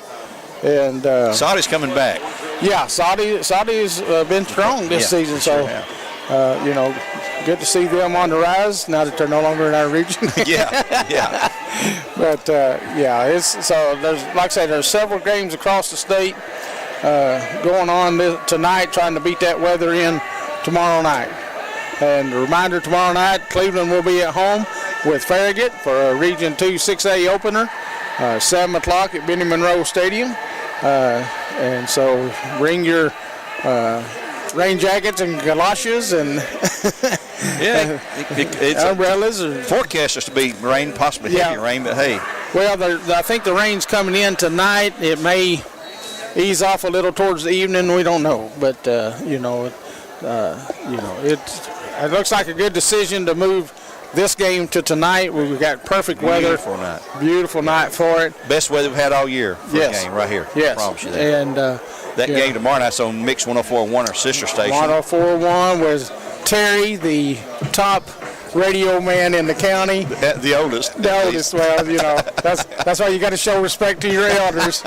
And of course, he carries, Phillips with him, and Phillips is down here, man. You guys seen him run around here, line up at concession stands. I think he's big on food. Wait a minute, he didn't get some of that free food that was passed out earlier. I don't know. Man, our game tonight's being televised live on the Bear Network, BCHS Bear Network. You can go to YouTube and look for it and find it there. And when you go there and subscribe to the Bear Network, you'll receive a notification for any of our interviews that you heard tonight earlier, and you see the video of those interviews with the player and the coach each week. They'll stay out there forever and ever, I guess. It's also on the NFHS Network, and tonight on Mixed TV as well with Steve and Josh, and I think there's one other guy down there in the tent. I called them wussies early before the game. They heard me, and Heartline stopped me down there and said, "How dare you call me a wuss?" Just because we set up outside undercover, and you guys were part of the press box, we're just as good as you guys are. But anyway, we have a lot of fun kidding each other around. It's never intended to be harmful or mean-spirited, unlike Steve on the morning show. Well, that's true. Bears will kick off and be Noah Samaoa kicking off for the Bears. Again, congratulations to Tina Kirkendall. By the way, Tina, you can pick up your certificate at the station during normal business hours, 9 to 5, or Monday through Friday. And back deep, and to remind you again, the JV game here Monday, Bradley and Walker Valley. You typically play the opponent on Monday that you played on Friday in the JV matchup. So back deep for the Mustangs. They got a couple of guys back there. Neither one, which number? Looks like Cunningham on the far side. Yeah, 22. And over here. Looks like Hall as tall as he is. Not sure. No, that's Spencer McCush. Spencer McCush here on this side, Casey Cunningham on the far side. Yeah. As we get ready for the second half kick. I'm not sure what the holdup is. Here we go. They're going to turn them loose here in a moment. Referee gets out of the way. He's had his time in the limelight. And we're ready for the kickoff. 14-7, the Bears trail Mustangs here. Start of the third period, and Walker will be receiving the opening kickoff of the third period. Samuel ready. Here's his kick. High spinner is going to be taken at the 15. That's going to be Cunningham, 20, and he has stopped dead there at the 25, looks like. First and 10 at that point. Number 3, Jacob. Going to be Jacob Gentry and also Peyton Parker Price. 3P, they call him, Peyton Parker Price. He really looked good in the JV game Monday night when they rolled over East Hamilton 35-7. It's 35-0 till the final half minute of the game. Bears JV are steamrolling, folks. Here comes Walker Valley with Stum in the backfield and Hall behind him, it looks like, in the I formation. Twins to the left side. Stum the snap, the handoff, hits the middle, and nothing. Hall is stopped dead in the tracks. He barely got the line of scrimmage. And a pile of Bears are there. Jake Powell is there. Wiley Susquich is there. Zane McIntosh is there. And we'll see if Bradley's made any defensive changes that we can notice, and offensively as well when they get the ball. Second down, coming up after no gain by Hall. Long time in the huddle. They'll break it apart now. Stubb sends Twins out either side now. Puts a man in motion. Right to left. He'll stop at the H-back position and hit the middle. It's going to have 5. That's Hall again. It's going to be across the 30 to the 32. It's going to be third down and about 4 to go. Will Paisley on the tackle of the Bears. Another young freshman. 3rd and 3 at the 32 for the Mustangs in their territory. They lead it 14-7 here. Start of the third quarter at 10:48. Joe Cannon sitting in for Earl tonight. In case you joined us late, Earl had some dental work done the last couple of days, and he's trying to recuperate from that. Handoff, another quarterback, Stum keeps it, and he'll be short of the first. That's Elo. Yeah, 6 out of the shotgun. I'm sorry. He's going to be brought down to 39. It's going to be 4th and a good yard to go. Do you risk going for it here, Joe? Well, I wouldn't think so, but you never know. Mustangs have not beaten the Bears but one time in 19 games, and they have the lead. Let's see if they try to pull the Bears off. 4th and 1. Bears rushed at the line. And he's going to hand off, and he's going to... That's Ulo. Ulo. Oh, he's going to get on momentum. They push him across to the 38 and be a 1st and 10 for the Mustangs. And it is legal to push now, folks. You can come in and push your offensive guys as long as you want to, college and high school. Okay. So 1st into the 43, excuse me, from the 39, a 4-yard gain for Yulo. Yeah. Back now with Stum in the backfield at quarterback. Hall is his I-back or tailback. Yeah. Now he'll set up as a halfback. You'll send twins out to the right side, single man left. They're going to throw it here, I believe. I'm calling a throw this time.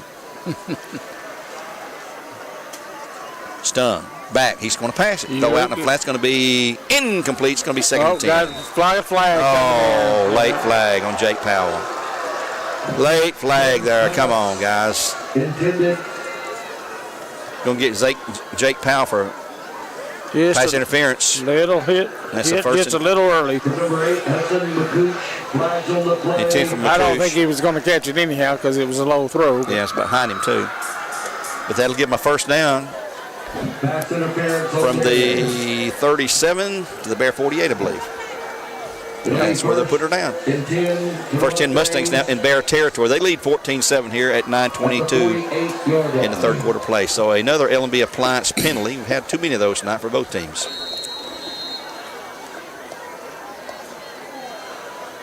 Mustang set now. Stum. Man in motion again, right to left. He will hand off to Hall in the backfield. He's going to have 5, 6, 7 yards out, down across the 45 to the 43. A 5-yard gain. 2nd and 5 coming up. Paisley on the tackle. Will Paisley again. And Jacob Gentry. We call their names a lot tonight. In for the Bears, number 34, Devontae McMillan, who recovered the fumble and set up the Bear touchdown. And coming out, looked like he's hurting a little bit, number 45, Will Paisley. He gets banged up every week, seems like. 2nd down and a short 5. Mustangs at the Bear 43. That's not unusual when you're up there in the trenches. No. And he's a big guy, and he takes a licking every snap of the ball. Man in motion again, right to left. They use this almost about every other play. Here's Hall in the middle. He's going to be hit and spun down. He will not get anywhere near the 1st down. Maybe a gain of a yard if we're going to give him. Going to be 3rd down and a long 3. Suskiewicz again. Boy, Wiley, a junior. The California kid, I call him, moved here from California about 3 years ago. Came to Bradley to play football. One of the leading tacklers, he and Tito Williams last year. Tito's at Northwestern University now. He's a brainiac. 4.0, number 2 in his class.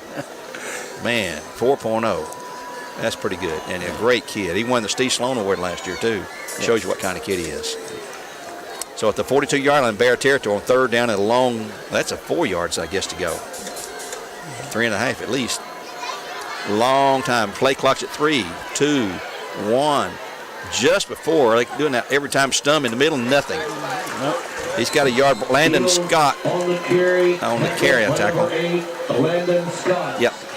Landon Scott on the tackle. 4th and still 5 to go. No gain. That's actually a loss of the yard. Yes, it is. And here come some guys in. I don't know if they're going to chance it this time. This is Stum coming back in. That was a wildcat run by Yulo. And they're going to line up to go for it. They got 5 wide, empty backfield. On the 4th down and about 5. Bear 43. Stum back to pass, looking, throwing across the middle. It's going to be complete. To 16. As he got the first, they're going to give him a good spot there. Down to the 37, it's going to be completed to Luke Hayden. Number 16. It'll be a 1st and 10 for the Mustangs. So again on 3rd down, or 4th down that time, they come through. And they convert another 4th down earlier in the game. I believe they did, yes. 7:02 in the game, in the 3rd quarter. 3rd quarter. 14-7 Mustangs on top of the Bears. Stum will stay in this time. Both teams, I don't think either team's been under center all night long. There's not many teams go under center anymore. It's all shotgun. Yeah, they all. Quicker release to make something happen offensively. Mustang set. Stum will fake the handoff, roll back to pass, throws out in the flat, and it's going to be incomplete. No, he caught it. Oh, yeah. Caught it, went out of bounds. I thought he missed it there. And that against a Hayden, number 16. Yeah. And I believe he's got another first down. And right at the sticks. Yeah, they're moving the sticks. That's a first down for the Mustangs at that point with 6:32 to go in the third quarter. It'll be first down. Again, the Mustangs eating up small chunks of yardage. Yeah, he was the in-between, man. They had a short guy in front of him and a guy going long below him, or above him. So here's about the position where they've scored their last 2 touchdowns, both of 2 touchdowns, from 31 and 35. But here's at 27, where it's 1st and 10 for the Mustangs in Bear territory. Stum back to pass, going to the end zone. High floater going out there. It's going to be incomplete, 2nd and 10. No one was going to catch that one. Is in it for number 6, Roman. that's one of them you lay out there that only your man can get. So Ulo, the intended again. He scored 2 of those. Stovall there defending. I don't know that I throw against a 6'7" defensive back. That's dangerous. He had a better chance to catch than Ulo, I believe, that time. 6:24, it'll stop the clock on the incomplete pass, 2nd and 10. Stum, look to the sideline. Nope, he's going to have it. Hands it off to Hall in the middle, and that play didn't look like it was what was. Yeah, there's a little hesitation there. It's going to be Will Paisley back in the game. Made the stop, no gain, 3rd and 10 for the Mustangs. And here's where the Bears have had trouble on 3rd down, stopping the Mustangs. And they're in 4-down territory for sure.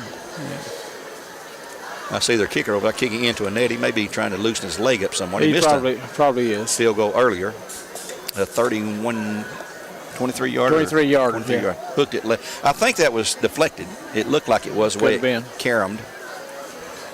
The clock's rolling at 5:45. 14-7 here in the third. Mustangs over the Bears.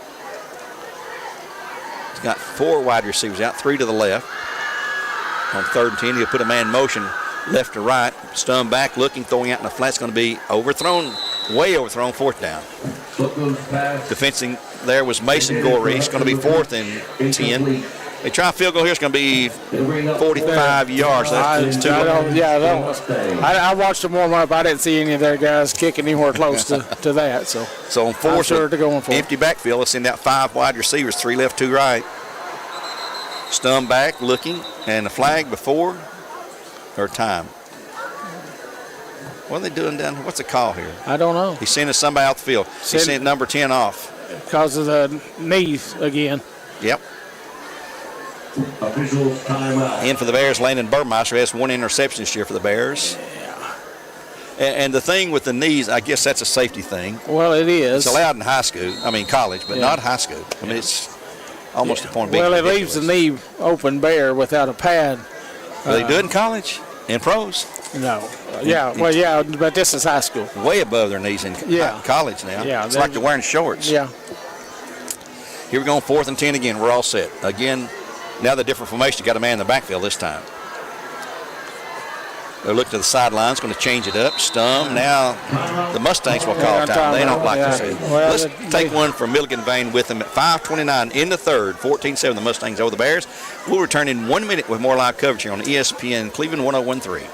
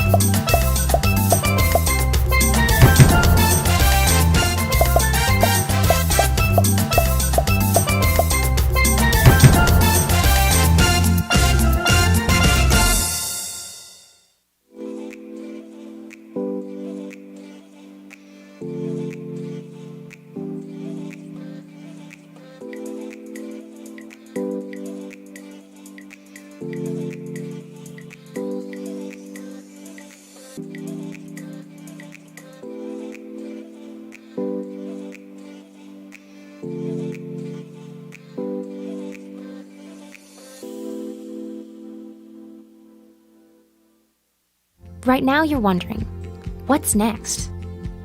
Well, Lee University specializes in helping you find your next path, your education, your calling. Back here on 4th and 10 after the time at Walker Valley, moving guys all over the field. And there's a flag. That's 5 yards again on the Mustangs, and L&B Appliance, our penalty sponsor. Josh is going to appreciate all these penalties. We appreciate Josh. Good guy to get to know. We know him quite well now. So it'd be 4th and 15.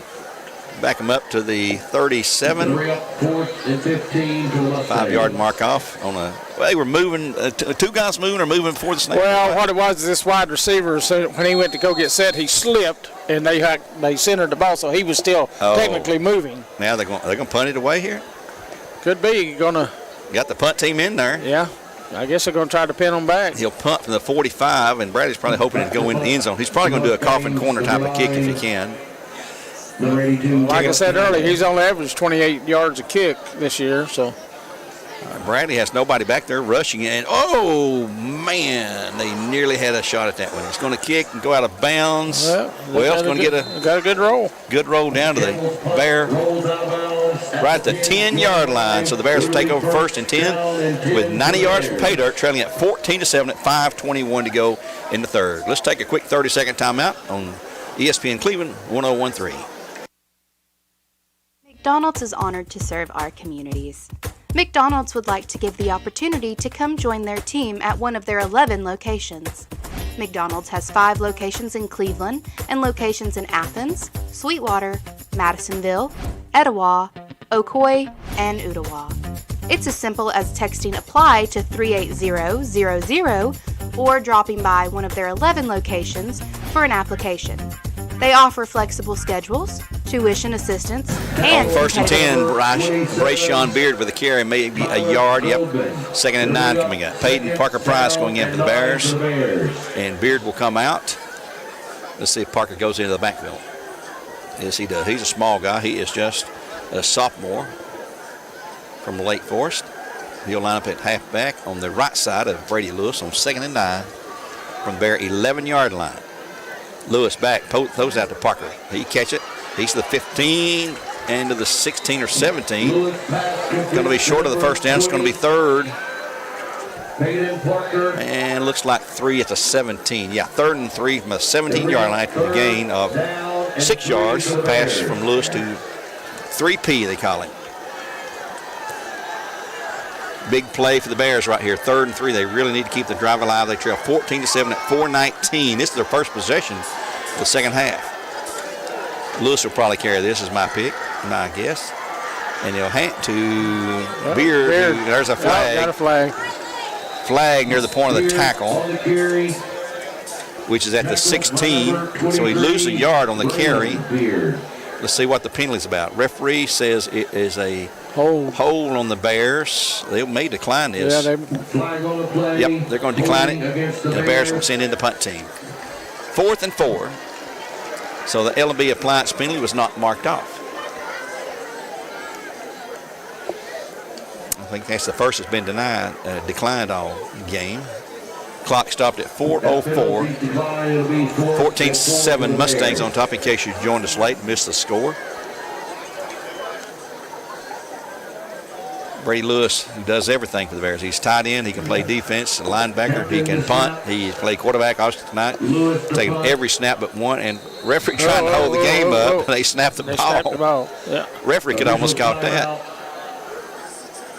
They've had some issues tonight with the officials getting together and trying to, we try to start a play and the officials step in and stop it for some reason. Maybe we can talk to the official one of these days and find out if there's something we don't know what's going on that they've got to make sure it's said. I don't know.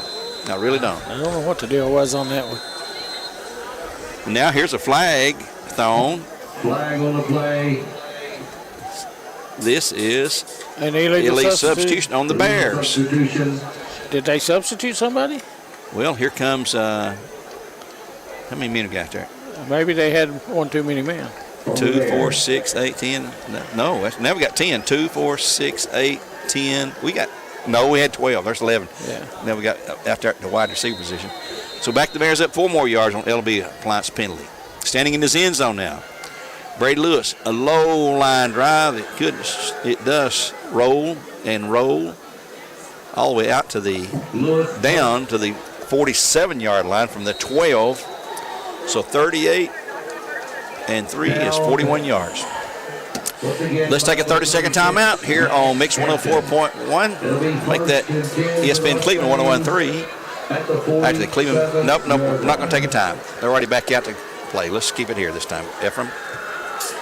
Yeah, we're on ESPN Cleveland 101.3. Our sister station is Mix 104.1. We hear the Cleveland game tomorrow night as they host the Farragut Admirals. Having a tough start. They're 0-3. Had a tough year last year, only 3 wins. Stum at quarterback. Hands off to Hall in backfield. He goes right. He's got some speed. He's got 5. He's got 10. He's got a first. He is quick to get around the end. They're pinching down our defensive end after somehow and getting him some open space to run. Ran out of bounds by the Bears. He didn't get the first. 8-yard gain. And 3. Out of bounds at the 45. 2nd and 2 at that point. They got to get to the 43. Ball at the 45. 3:41. Clock stopped the out of bounds run. Stum with the ball. Hands off in the middle. That's going to be That's McCush, and he is down to the 40 to the 38. Gain of 7. 1st and 10 for the Mustangs. Jacob Gentry again on the tackle for the Bears. It's the second possession of the half for the Mustangs, who are just choosing to take a lot of time between snaps. It's not like the Josh Heupel offense at Tennessee. Man, are they on a roll. They're going to destroy Kent State Saturday. Here's a flag. That flag stopping the play. 5-yard procedure call coming in again on the Mustangs, I'm sure. Yep. A 5-yard mark off makes it 1st and 15 after an L&B appliance penalty. Back to the 43. So 1st and 15. Excuse me, clock at 3:16. Prior to the snap, false start on the Mustangs. They'll overload the left side this time. Checking off though.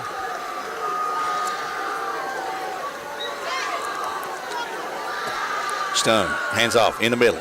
It's going to be McCush, and he'll gain the 5 yards back plus a couple. That's Spencer McCush. He's down to the Bear 37. A gain of 6, I guess it would be. Yeah. 2nd down and 9 coming up. After the 1st and 15 with a penalty mark off. He was a wide receiver for them the last couple of years and moved to running back this year because they had a need there. Pretty good. Yeah. Mustang set with Twins left side. They'll check off one more time. Snap to Stump. He'll hand off to his running back. That's Hall in middle. He's going to have, well, they keep pushing that line. They can just keep putting, look at that. Hall on the carry. They had him stop for a couple of yards, and they push it down to the 31. So it's going to be 3rd down and about a long 2 now at the Bear 31. They've got to get to near the 27 and a half. It's closer to 3 than 2, I guess. 4-down territory starting at 2:04 here in the 3rd. Hall out of the game. And let's see who joins the backfield there. It's going to be Ulo now in the Wildcat. Yeah, Ulo's in the Wildcat. Going to take the snap in a very tight offense formation.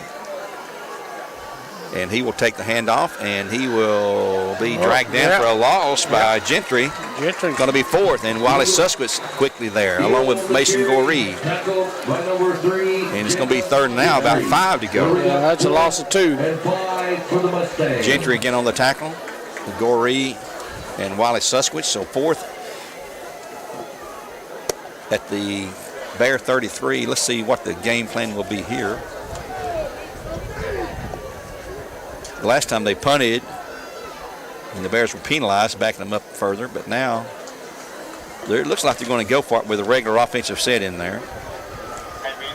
Stomach quarterback, Hall in the backfield at halfback. He's back to pass. He's looking. Going to throw it out in the flat. It's going to be complete for a 1st down again. And they're getting just enough down to the 24.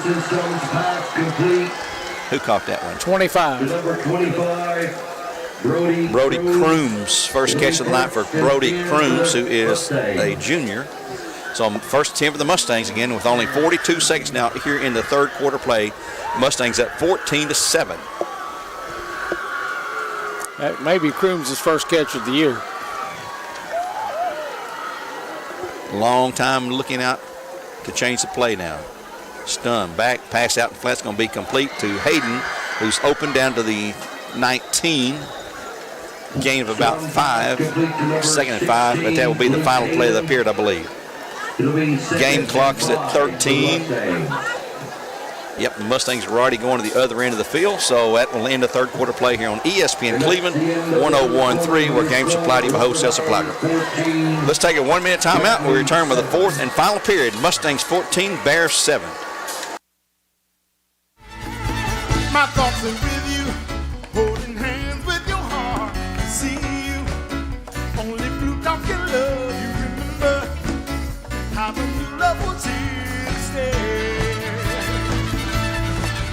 Now December, now the love we shared in September. Only blue dog can love you. Remember the new love we shared today.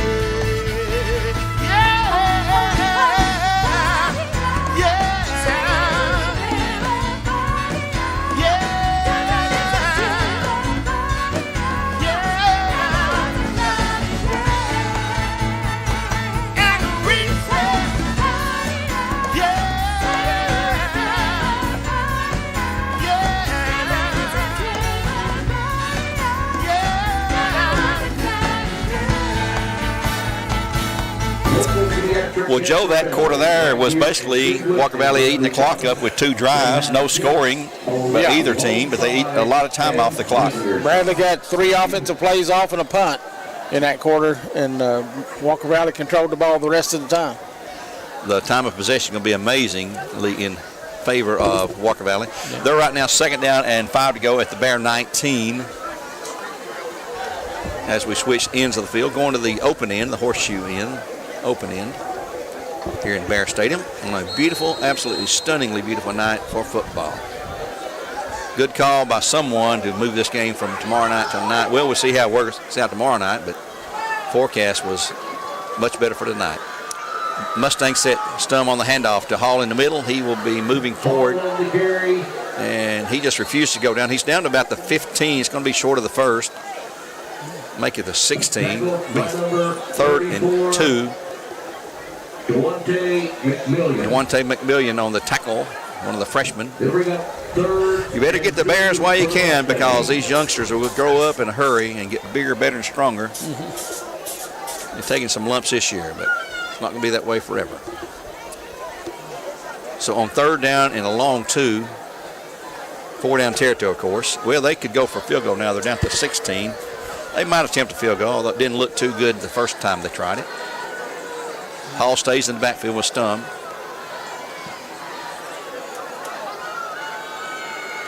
The snap, he'll hand to Hall. He hits the middle. He's got the first. He's got the touchdown. He's got the touchdown.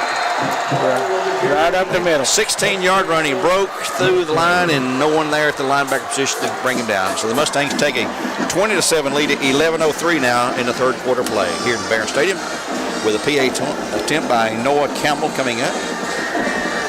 He's 2 for 2 tonight. Missed a field goal, but he's 2 for 2 on PAT attempts. Ulo holds for him. Campbell is a senior. The snap to Ulo coming up. There it is. There's the place down. That kick is gut. And close to being blocked, but it's good. Timeout on the field, 11:03 to go. 21-7 the Mustangs over the Bears. We'll be back in 30 seconds with a Mustang kickoff. At your Geico local office, we know that time flies.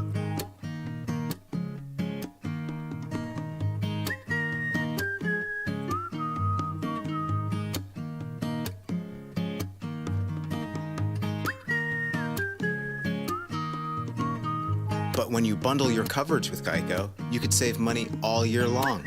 Contact your local agent to get personalized service and even more savings. I am Cleveland Ford. Getting ready for the Mustang kickoff. They just scored on that run right up the middle by Javen Hall, and he was untouched when he broke the line. Back deep for the Bears, Ollie Scott. Number 11, Tay Sheehy. And Ollie Scott. I believe. 20. Oh, yeah, we got Peyton Parker Price back there on the far side. He's getting a shot tonight.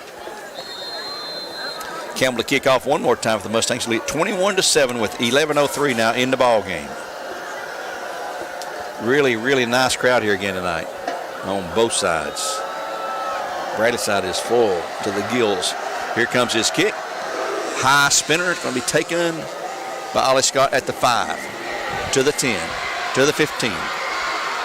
Trying to get outside to the 20. He will not get outside. He'll be brought down right, at the 14.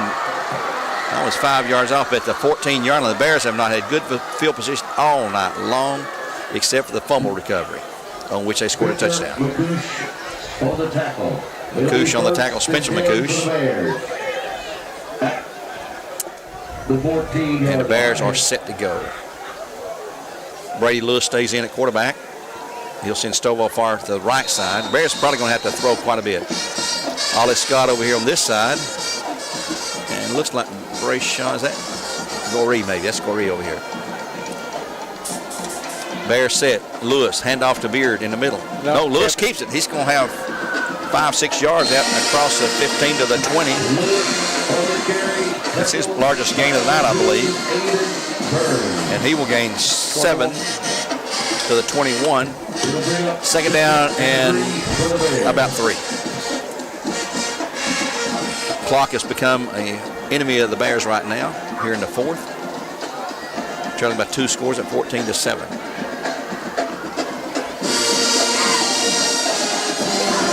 Blasting at Manning. Yeah. Well, yeah. Snap to Lewis. Hands off to Beard. He's going to the right side. He's going to have close to the first, depending on the spot. It's going to be just shy, it looks like. Yep, 3rd and a short yard to go for the Bears at their 23 when they put the ball down. Bears need to get this first down here in a bad way.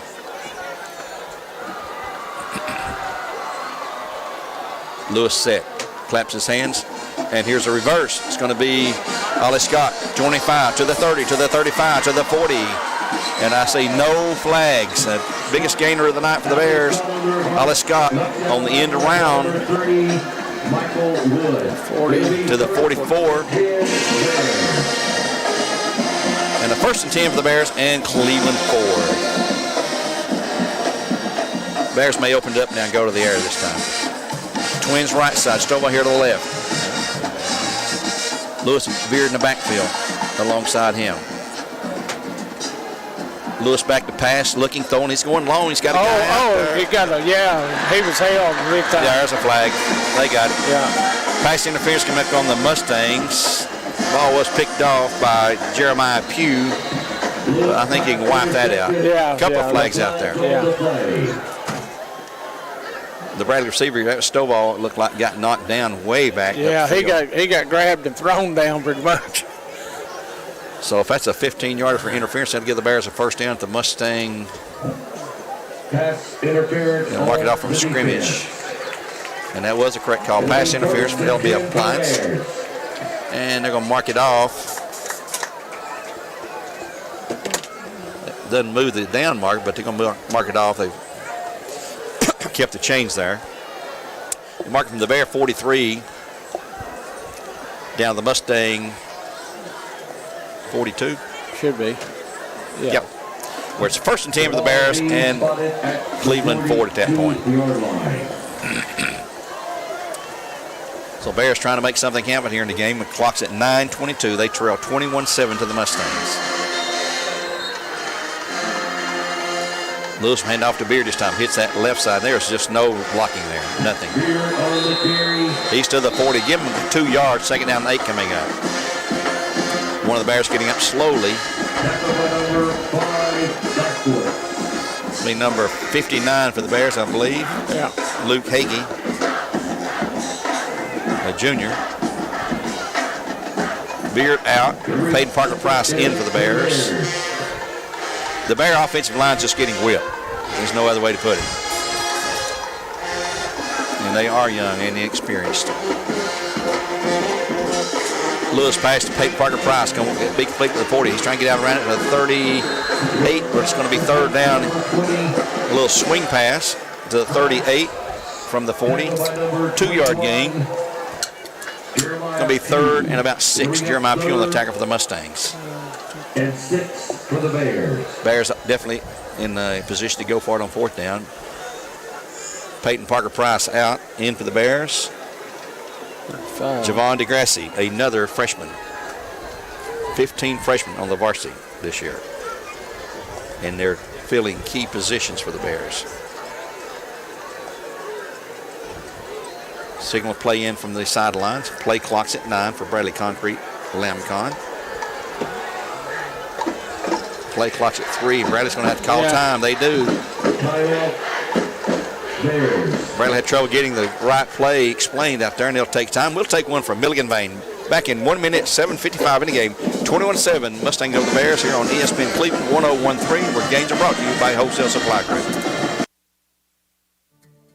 CRCC to me is a calling that God placed on my life to really step out in faith on something that I didn't think I could do, and it's been amazing to see how God's worked through it. CRCC stands for Crossroads Community Church, but we're a church that our vision is to be a life-giving church in our community.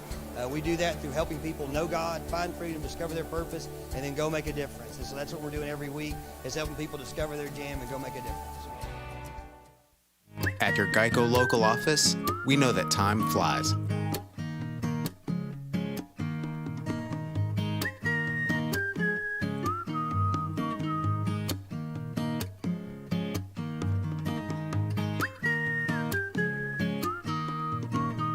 But when you bundle your coverage with Geico, you could save money all year long.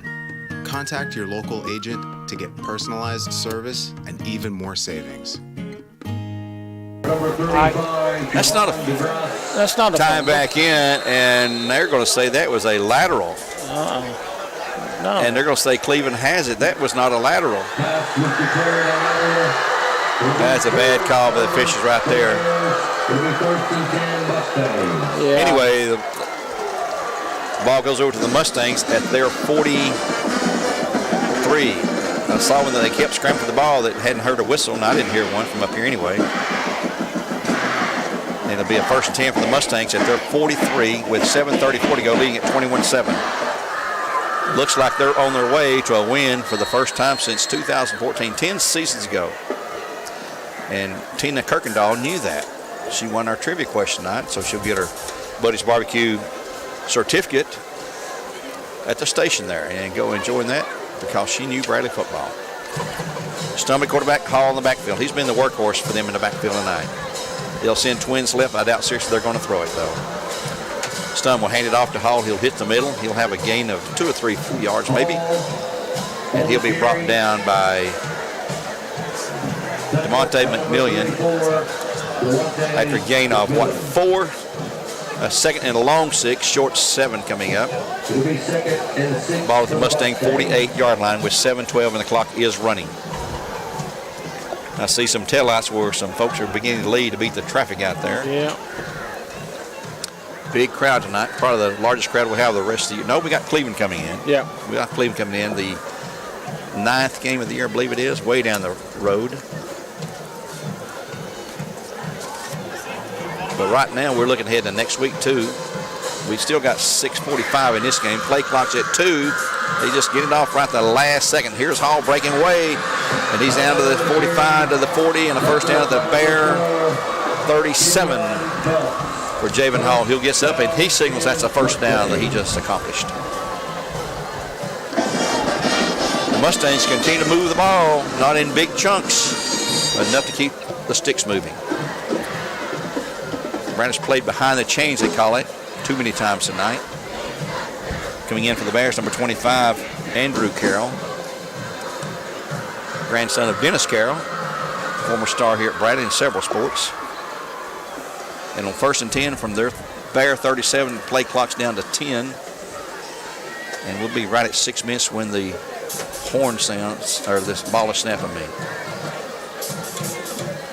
Snap to Stum, he'll hand it to Hall. He'll have several good yards down across the 35 to the 32. Gentry on the tackle again. 2nd and 5 coming up at the Bear 32 for the Mustangs. At 5:45, end of the game. 21-7 Mustangs over the Bears. We'll head up to Springfield, Tennessee next week in Robertson County, way up above Nashville near the Kentucky border. Take on Innovation Academy. Looking to the sidelines, changing play. Twins left side for the Mustangs. Stum hands to Hall again. He's just going to keep it, carry it, carry it. He'll be stopped after a short gain down to about the 30. Going to be 3rd down and about 3. Andrew Carroll, who just checked in on the tackle. Ball just outside the Bear 35 at 5:02 to go. They'll start the play clock running. So we'll roll way under 5 minutes before the ball is snapped again.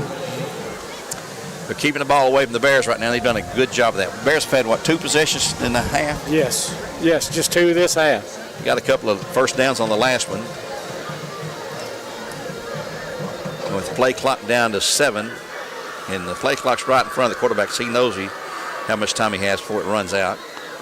The snap, handoff to Hall again. No, that's not Hall. That's going to be McCoosh. Spencer McCoosh. And he's going to be got a flag over here on the sideline.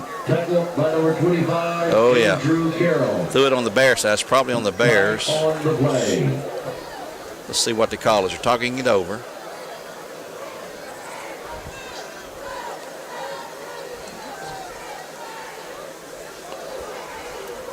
Bradley's only got 9 guys out. No, they got 11 guys. Personal foul on the Bears. Personal foul. I knew when they threw it on that side of the line of scrimmage, it would be on that team. That was the Bears. So mark off, what, half the distance here? From the 20. No, it'll be 15. From the 27. Yeah, if they can't. It could be. Half the it could be half. Yeah. Personal foul somewhere. Didn't see that. It's flown way over here on the sidelines. Yeah, it must have been it's a dead ball foul there. So back to putting about the 13. Yeah, 13-yard. First attempt for the Mustangs at the Bear 13 as they're looking to go in for another score at 4:22 in the game. All right, they already lead at 21-7.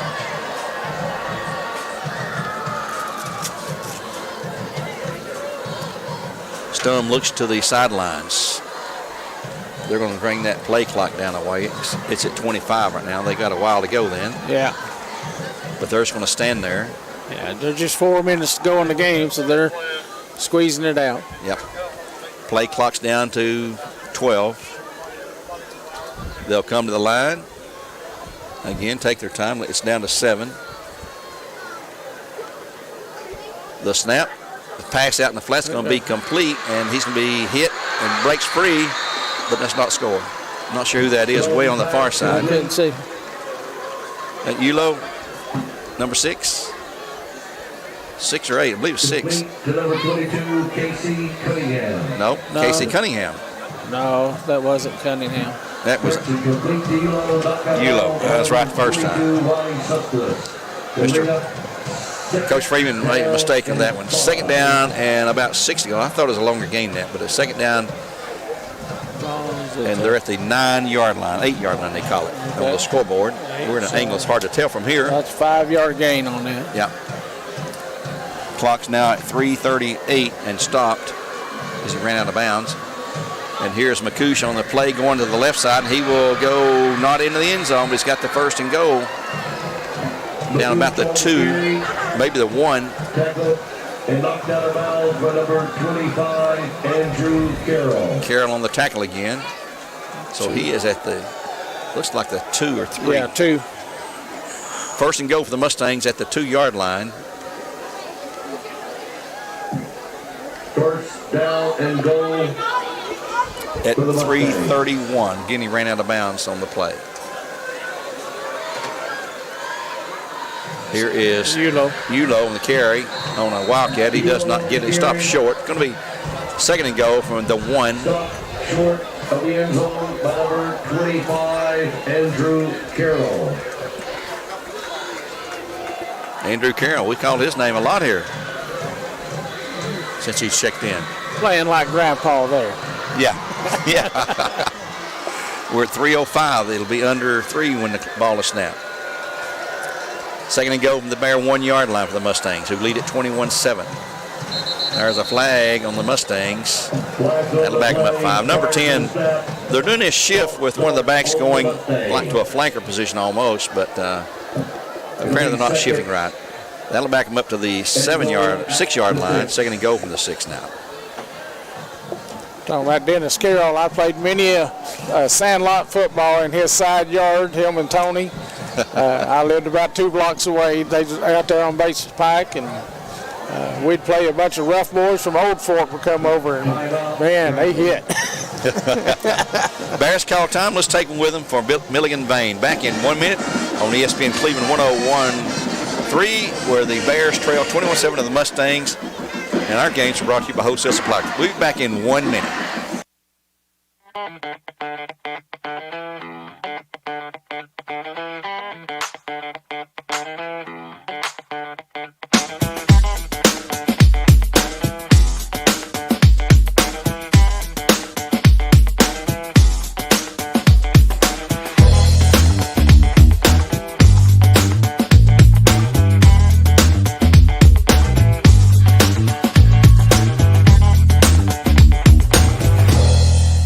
McDonald's, we're making changes every day to serve you better.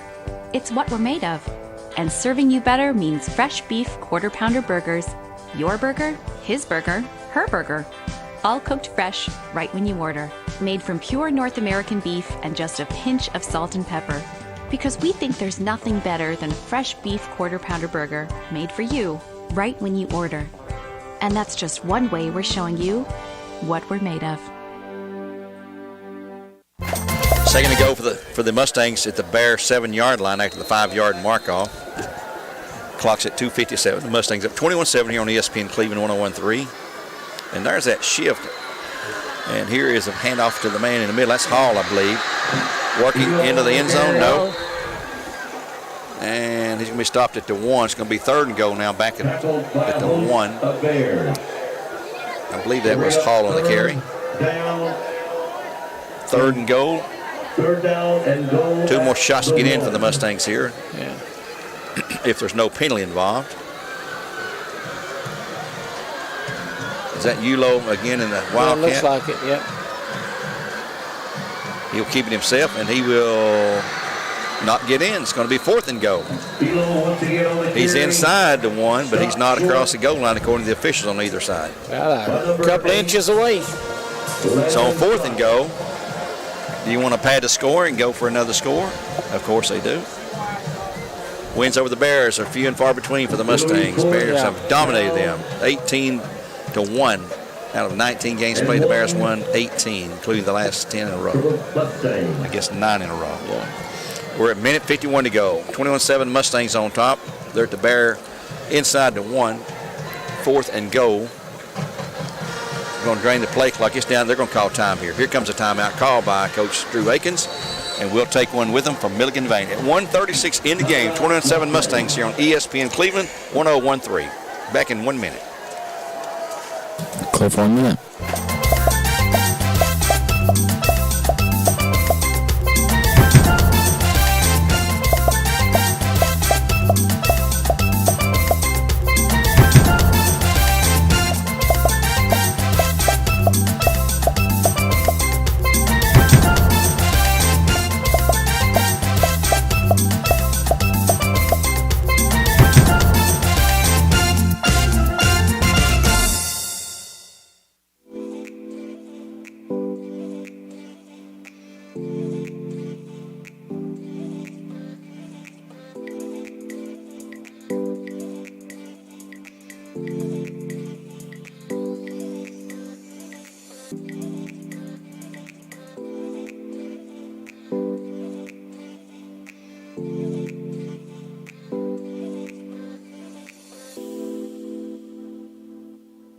Here we go for the final 136th. Mustangs 4th and goal at the Bear, inside the Bear 1, maybe a football length to get to the goal line. Yeah, it's not far. And they'll line up in the backfield. Let's see who's going to be in the backfield. I believe Stum is out of there. It still looks like Ulo in there. Ulo at the Wildcat in a very tight formation. The snap, he will take it, and he will plunge. Jump in and reach over. Well, I don't think they're going to give it to him. Yeah, one is. The guy on the far side did, So the Mustangs score to push that lead to 27-7 here at 1:32 to go. Ulo barely got in. It took a while for them to figure out that he did get in. They'll try for the extra point. Noah Campbell coming up. That too. Ulo's third touchdown tonight. That's right. And Hall had the other one on the run. Yes. Noah Campbell attempted the PAT. The snap placed in. That kick is not a good kick, but it did creep across and timeout the field at 1:32. 28-7 to score. Mustangs on top of the Bears. We'll be back in 30 seconds with the Mustang kickoff. And the flag You're is probably wondering, what's next? Well, Lee University specializes in helping you find your next path. Your education. Your calling. Your faith. Wherever you feel led, we know you can make a difference. That's why your Lee family will be with you to guide the way. No matter what twists and turns lie ahead, you can expect something great from Lee University. We have 1.5 minutes to go in the game, Joe. The Mustangs are going to win this, improve to 3-1. The Bears will drop to 1-3. And after the kickoff, had a penalty on the Bears for 15 yards for them an L&B appliance.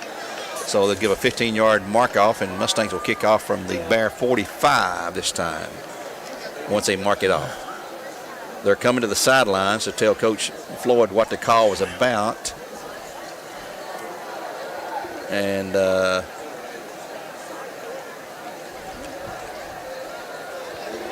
discussion here with all the officials over here on this sideline. Yeah. Now they're going to go back to position.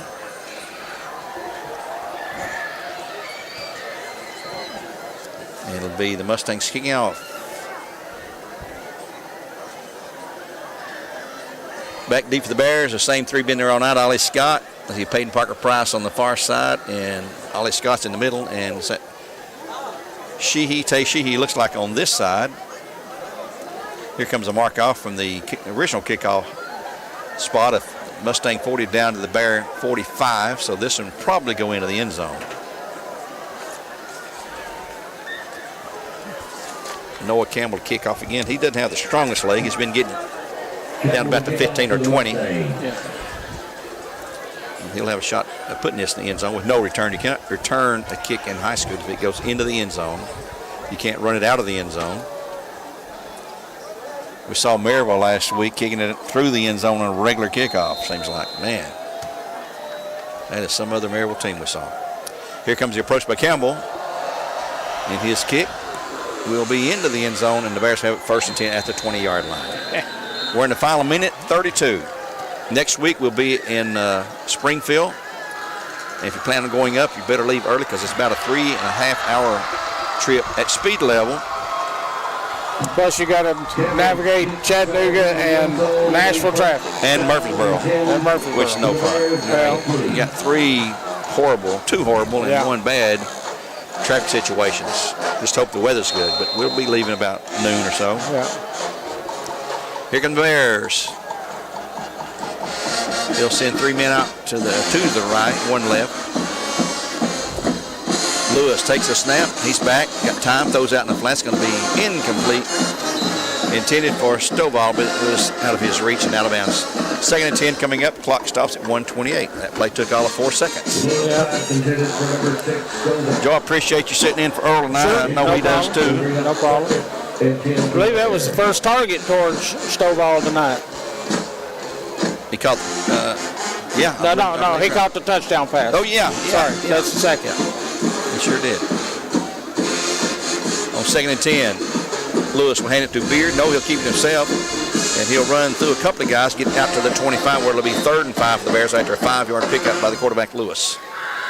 He's a sophomore. He's going to be a good one for the Bears at whatever position he plays. He's an outstanding punter.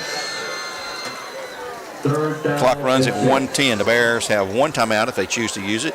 The Mustangs also have 1. Bears not in any hurry-up mode right now. This game is decided. Lewis will hand to Beard. He'll hit the middle and gain to the 28. Where it'll be 4th down and 2 to go at that point. Number 60, Dylan Sharp. It'll be 4th and 2 for the Bears. The Bears on 4th and 2 where they go for it. 40 seconds to go. Yeah, they're going to go for it. Yeah, they'll let the clock run down. Play clock's as far at as what? they can. 25. Game clock's at 32. Yeah. For Bradley Concrete. Lamb Con. We appreciate those folks as well. Here comes the final snap of the game. Lewis back to pass. He's looking. He's going long. He's going to air it out. And down he's got Stovall. It's going to be falling incomplete with 17. Make it 16.7 seconds to go and maybe one final play. Got a pretty good arm on him. Stovall was triple team back there. No, that was 4th down play, so it's going over Walker Valley. I'm sorry, you're right. So the Mustangs take over 1st and 10 at the Bear 28. And there's a flag on the Mustang sideline over there. Yeah, it's because they're already on the field celebrating. So. Referee trying to get them off the field. Yeah. They'll mark off 15. Yeah, they're happy. I mean, that's, like I say, it's only 2nd time in 19 meetings. 20 now. 20 meetings. 20th. And, well, every dog has his day. And it's not been the Bears' night tonight. No. Well, like I say, the last 2 times they came in here, they came so close. Lost by 1 point and then lost by 3 points. Yep. The last 2 trips in here. So this is a big win for their program. And when the Bears are playing their 5th quarterback in 4 games, you know, yes, you got a lot to overcome. Nobody's fault. It's just the way it is. It's a tough game. Yeah. Lots of injuries. 2 season-ending injuries to 2 starting quarterbacks. Yeah, that's hard to overcome. Yep. So we'll take off and go to Springfield next week. We'll have an open week following that. 2 weeks from tonight. Well, 2 weeks from tomorrow night, since this is a Thursday game. Yeah. There's a 15-yard mark-off for L&B Appliance against the Mustangs. Moves the ball back to the 43. I think they're just going to take a knee anyhow, so. I can't imagine them doing anything else with that. They better not. That's all I can say. That would not be good. Here we come out of the timeout. Oh, man. Stum comes back in at quarterback. Spencer Magusha way back there. Yeah, they're in the victory formation.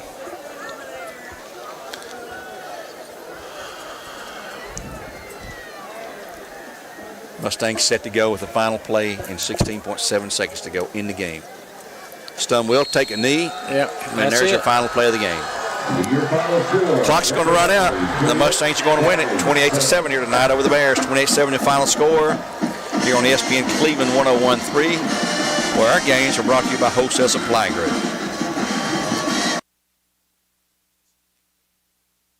Drop to 1-3. What's next? We'll be on the road for a long road game next week. Let's take a couple-minute break here. We'll come back with a look at Elder's Ace Hardware scoreboard and look at Joe's stats, whatever he can get together in a short amount of time. When we return for a post-game show here on ESPN Cleveland 101.3. Back in 2 minutes. Right now you're wondering, what's next? Well, Lee University specializes in helping you find your next path. Your education, your calling, your faith. Wherever you feel led, we know you can make a difference. That's why your Lee family will be with you to guide the way. No matter what twists and turns lie ahead, you can expect something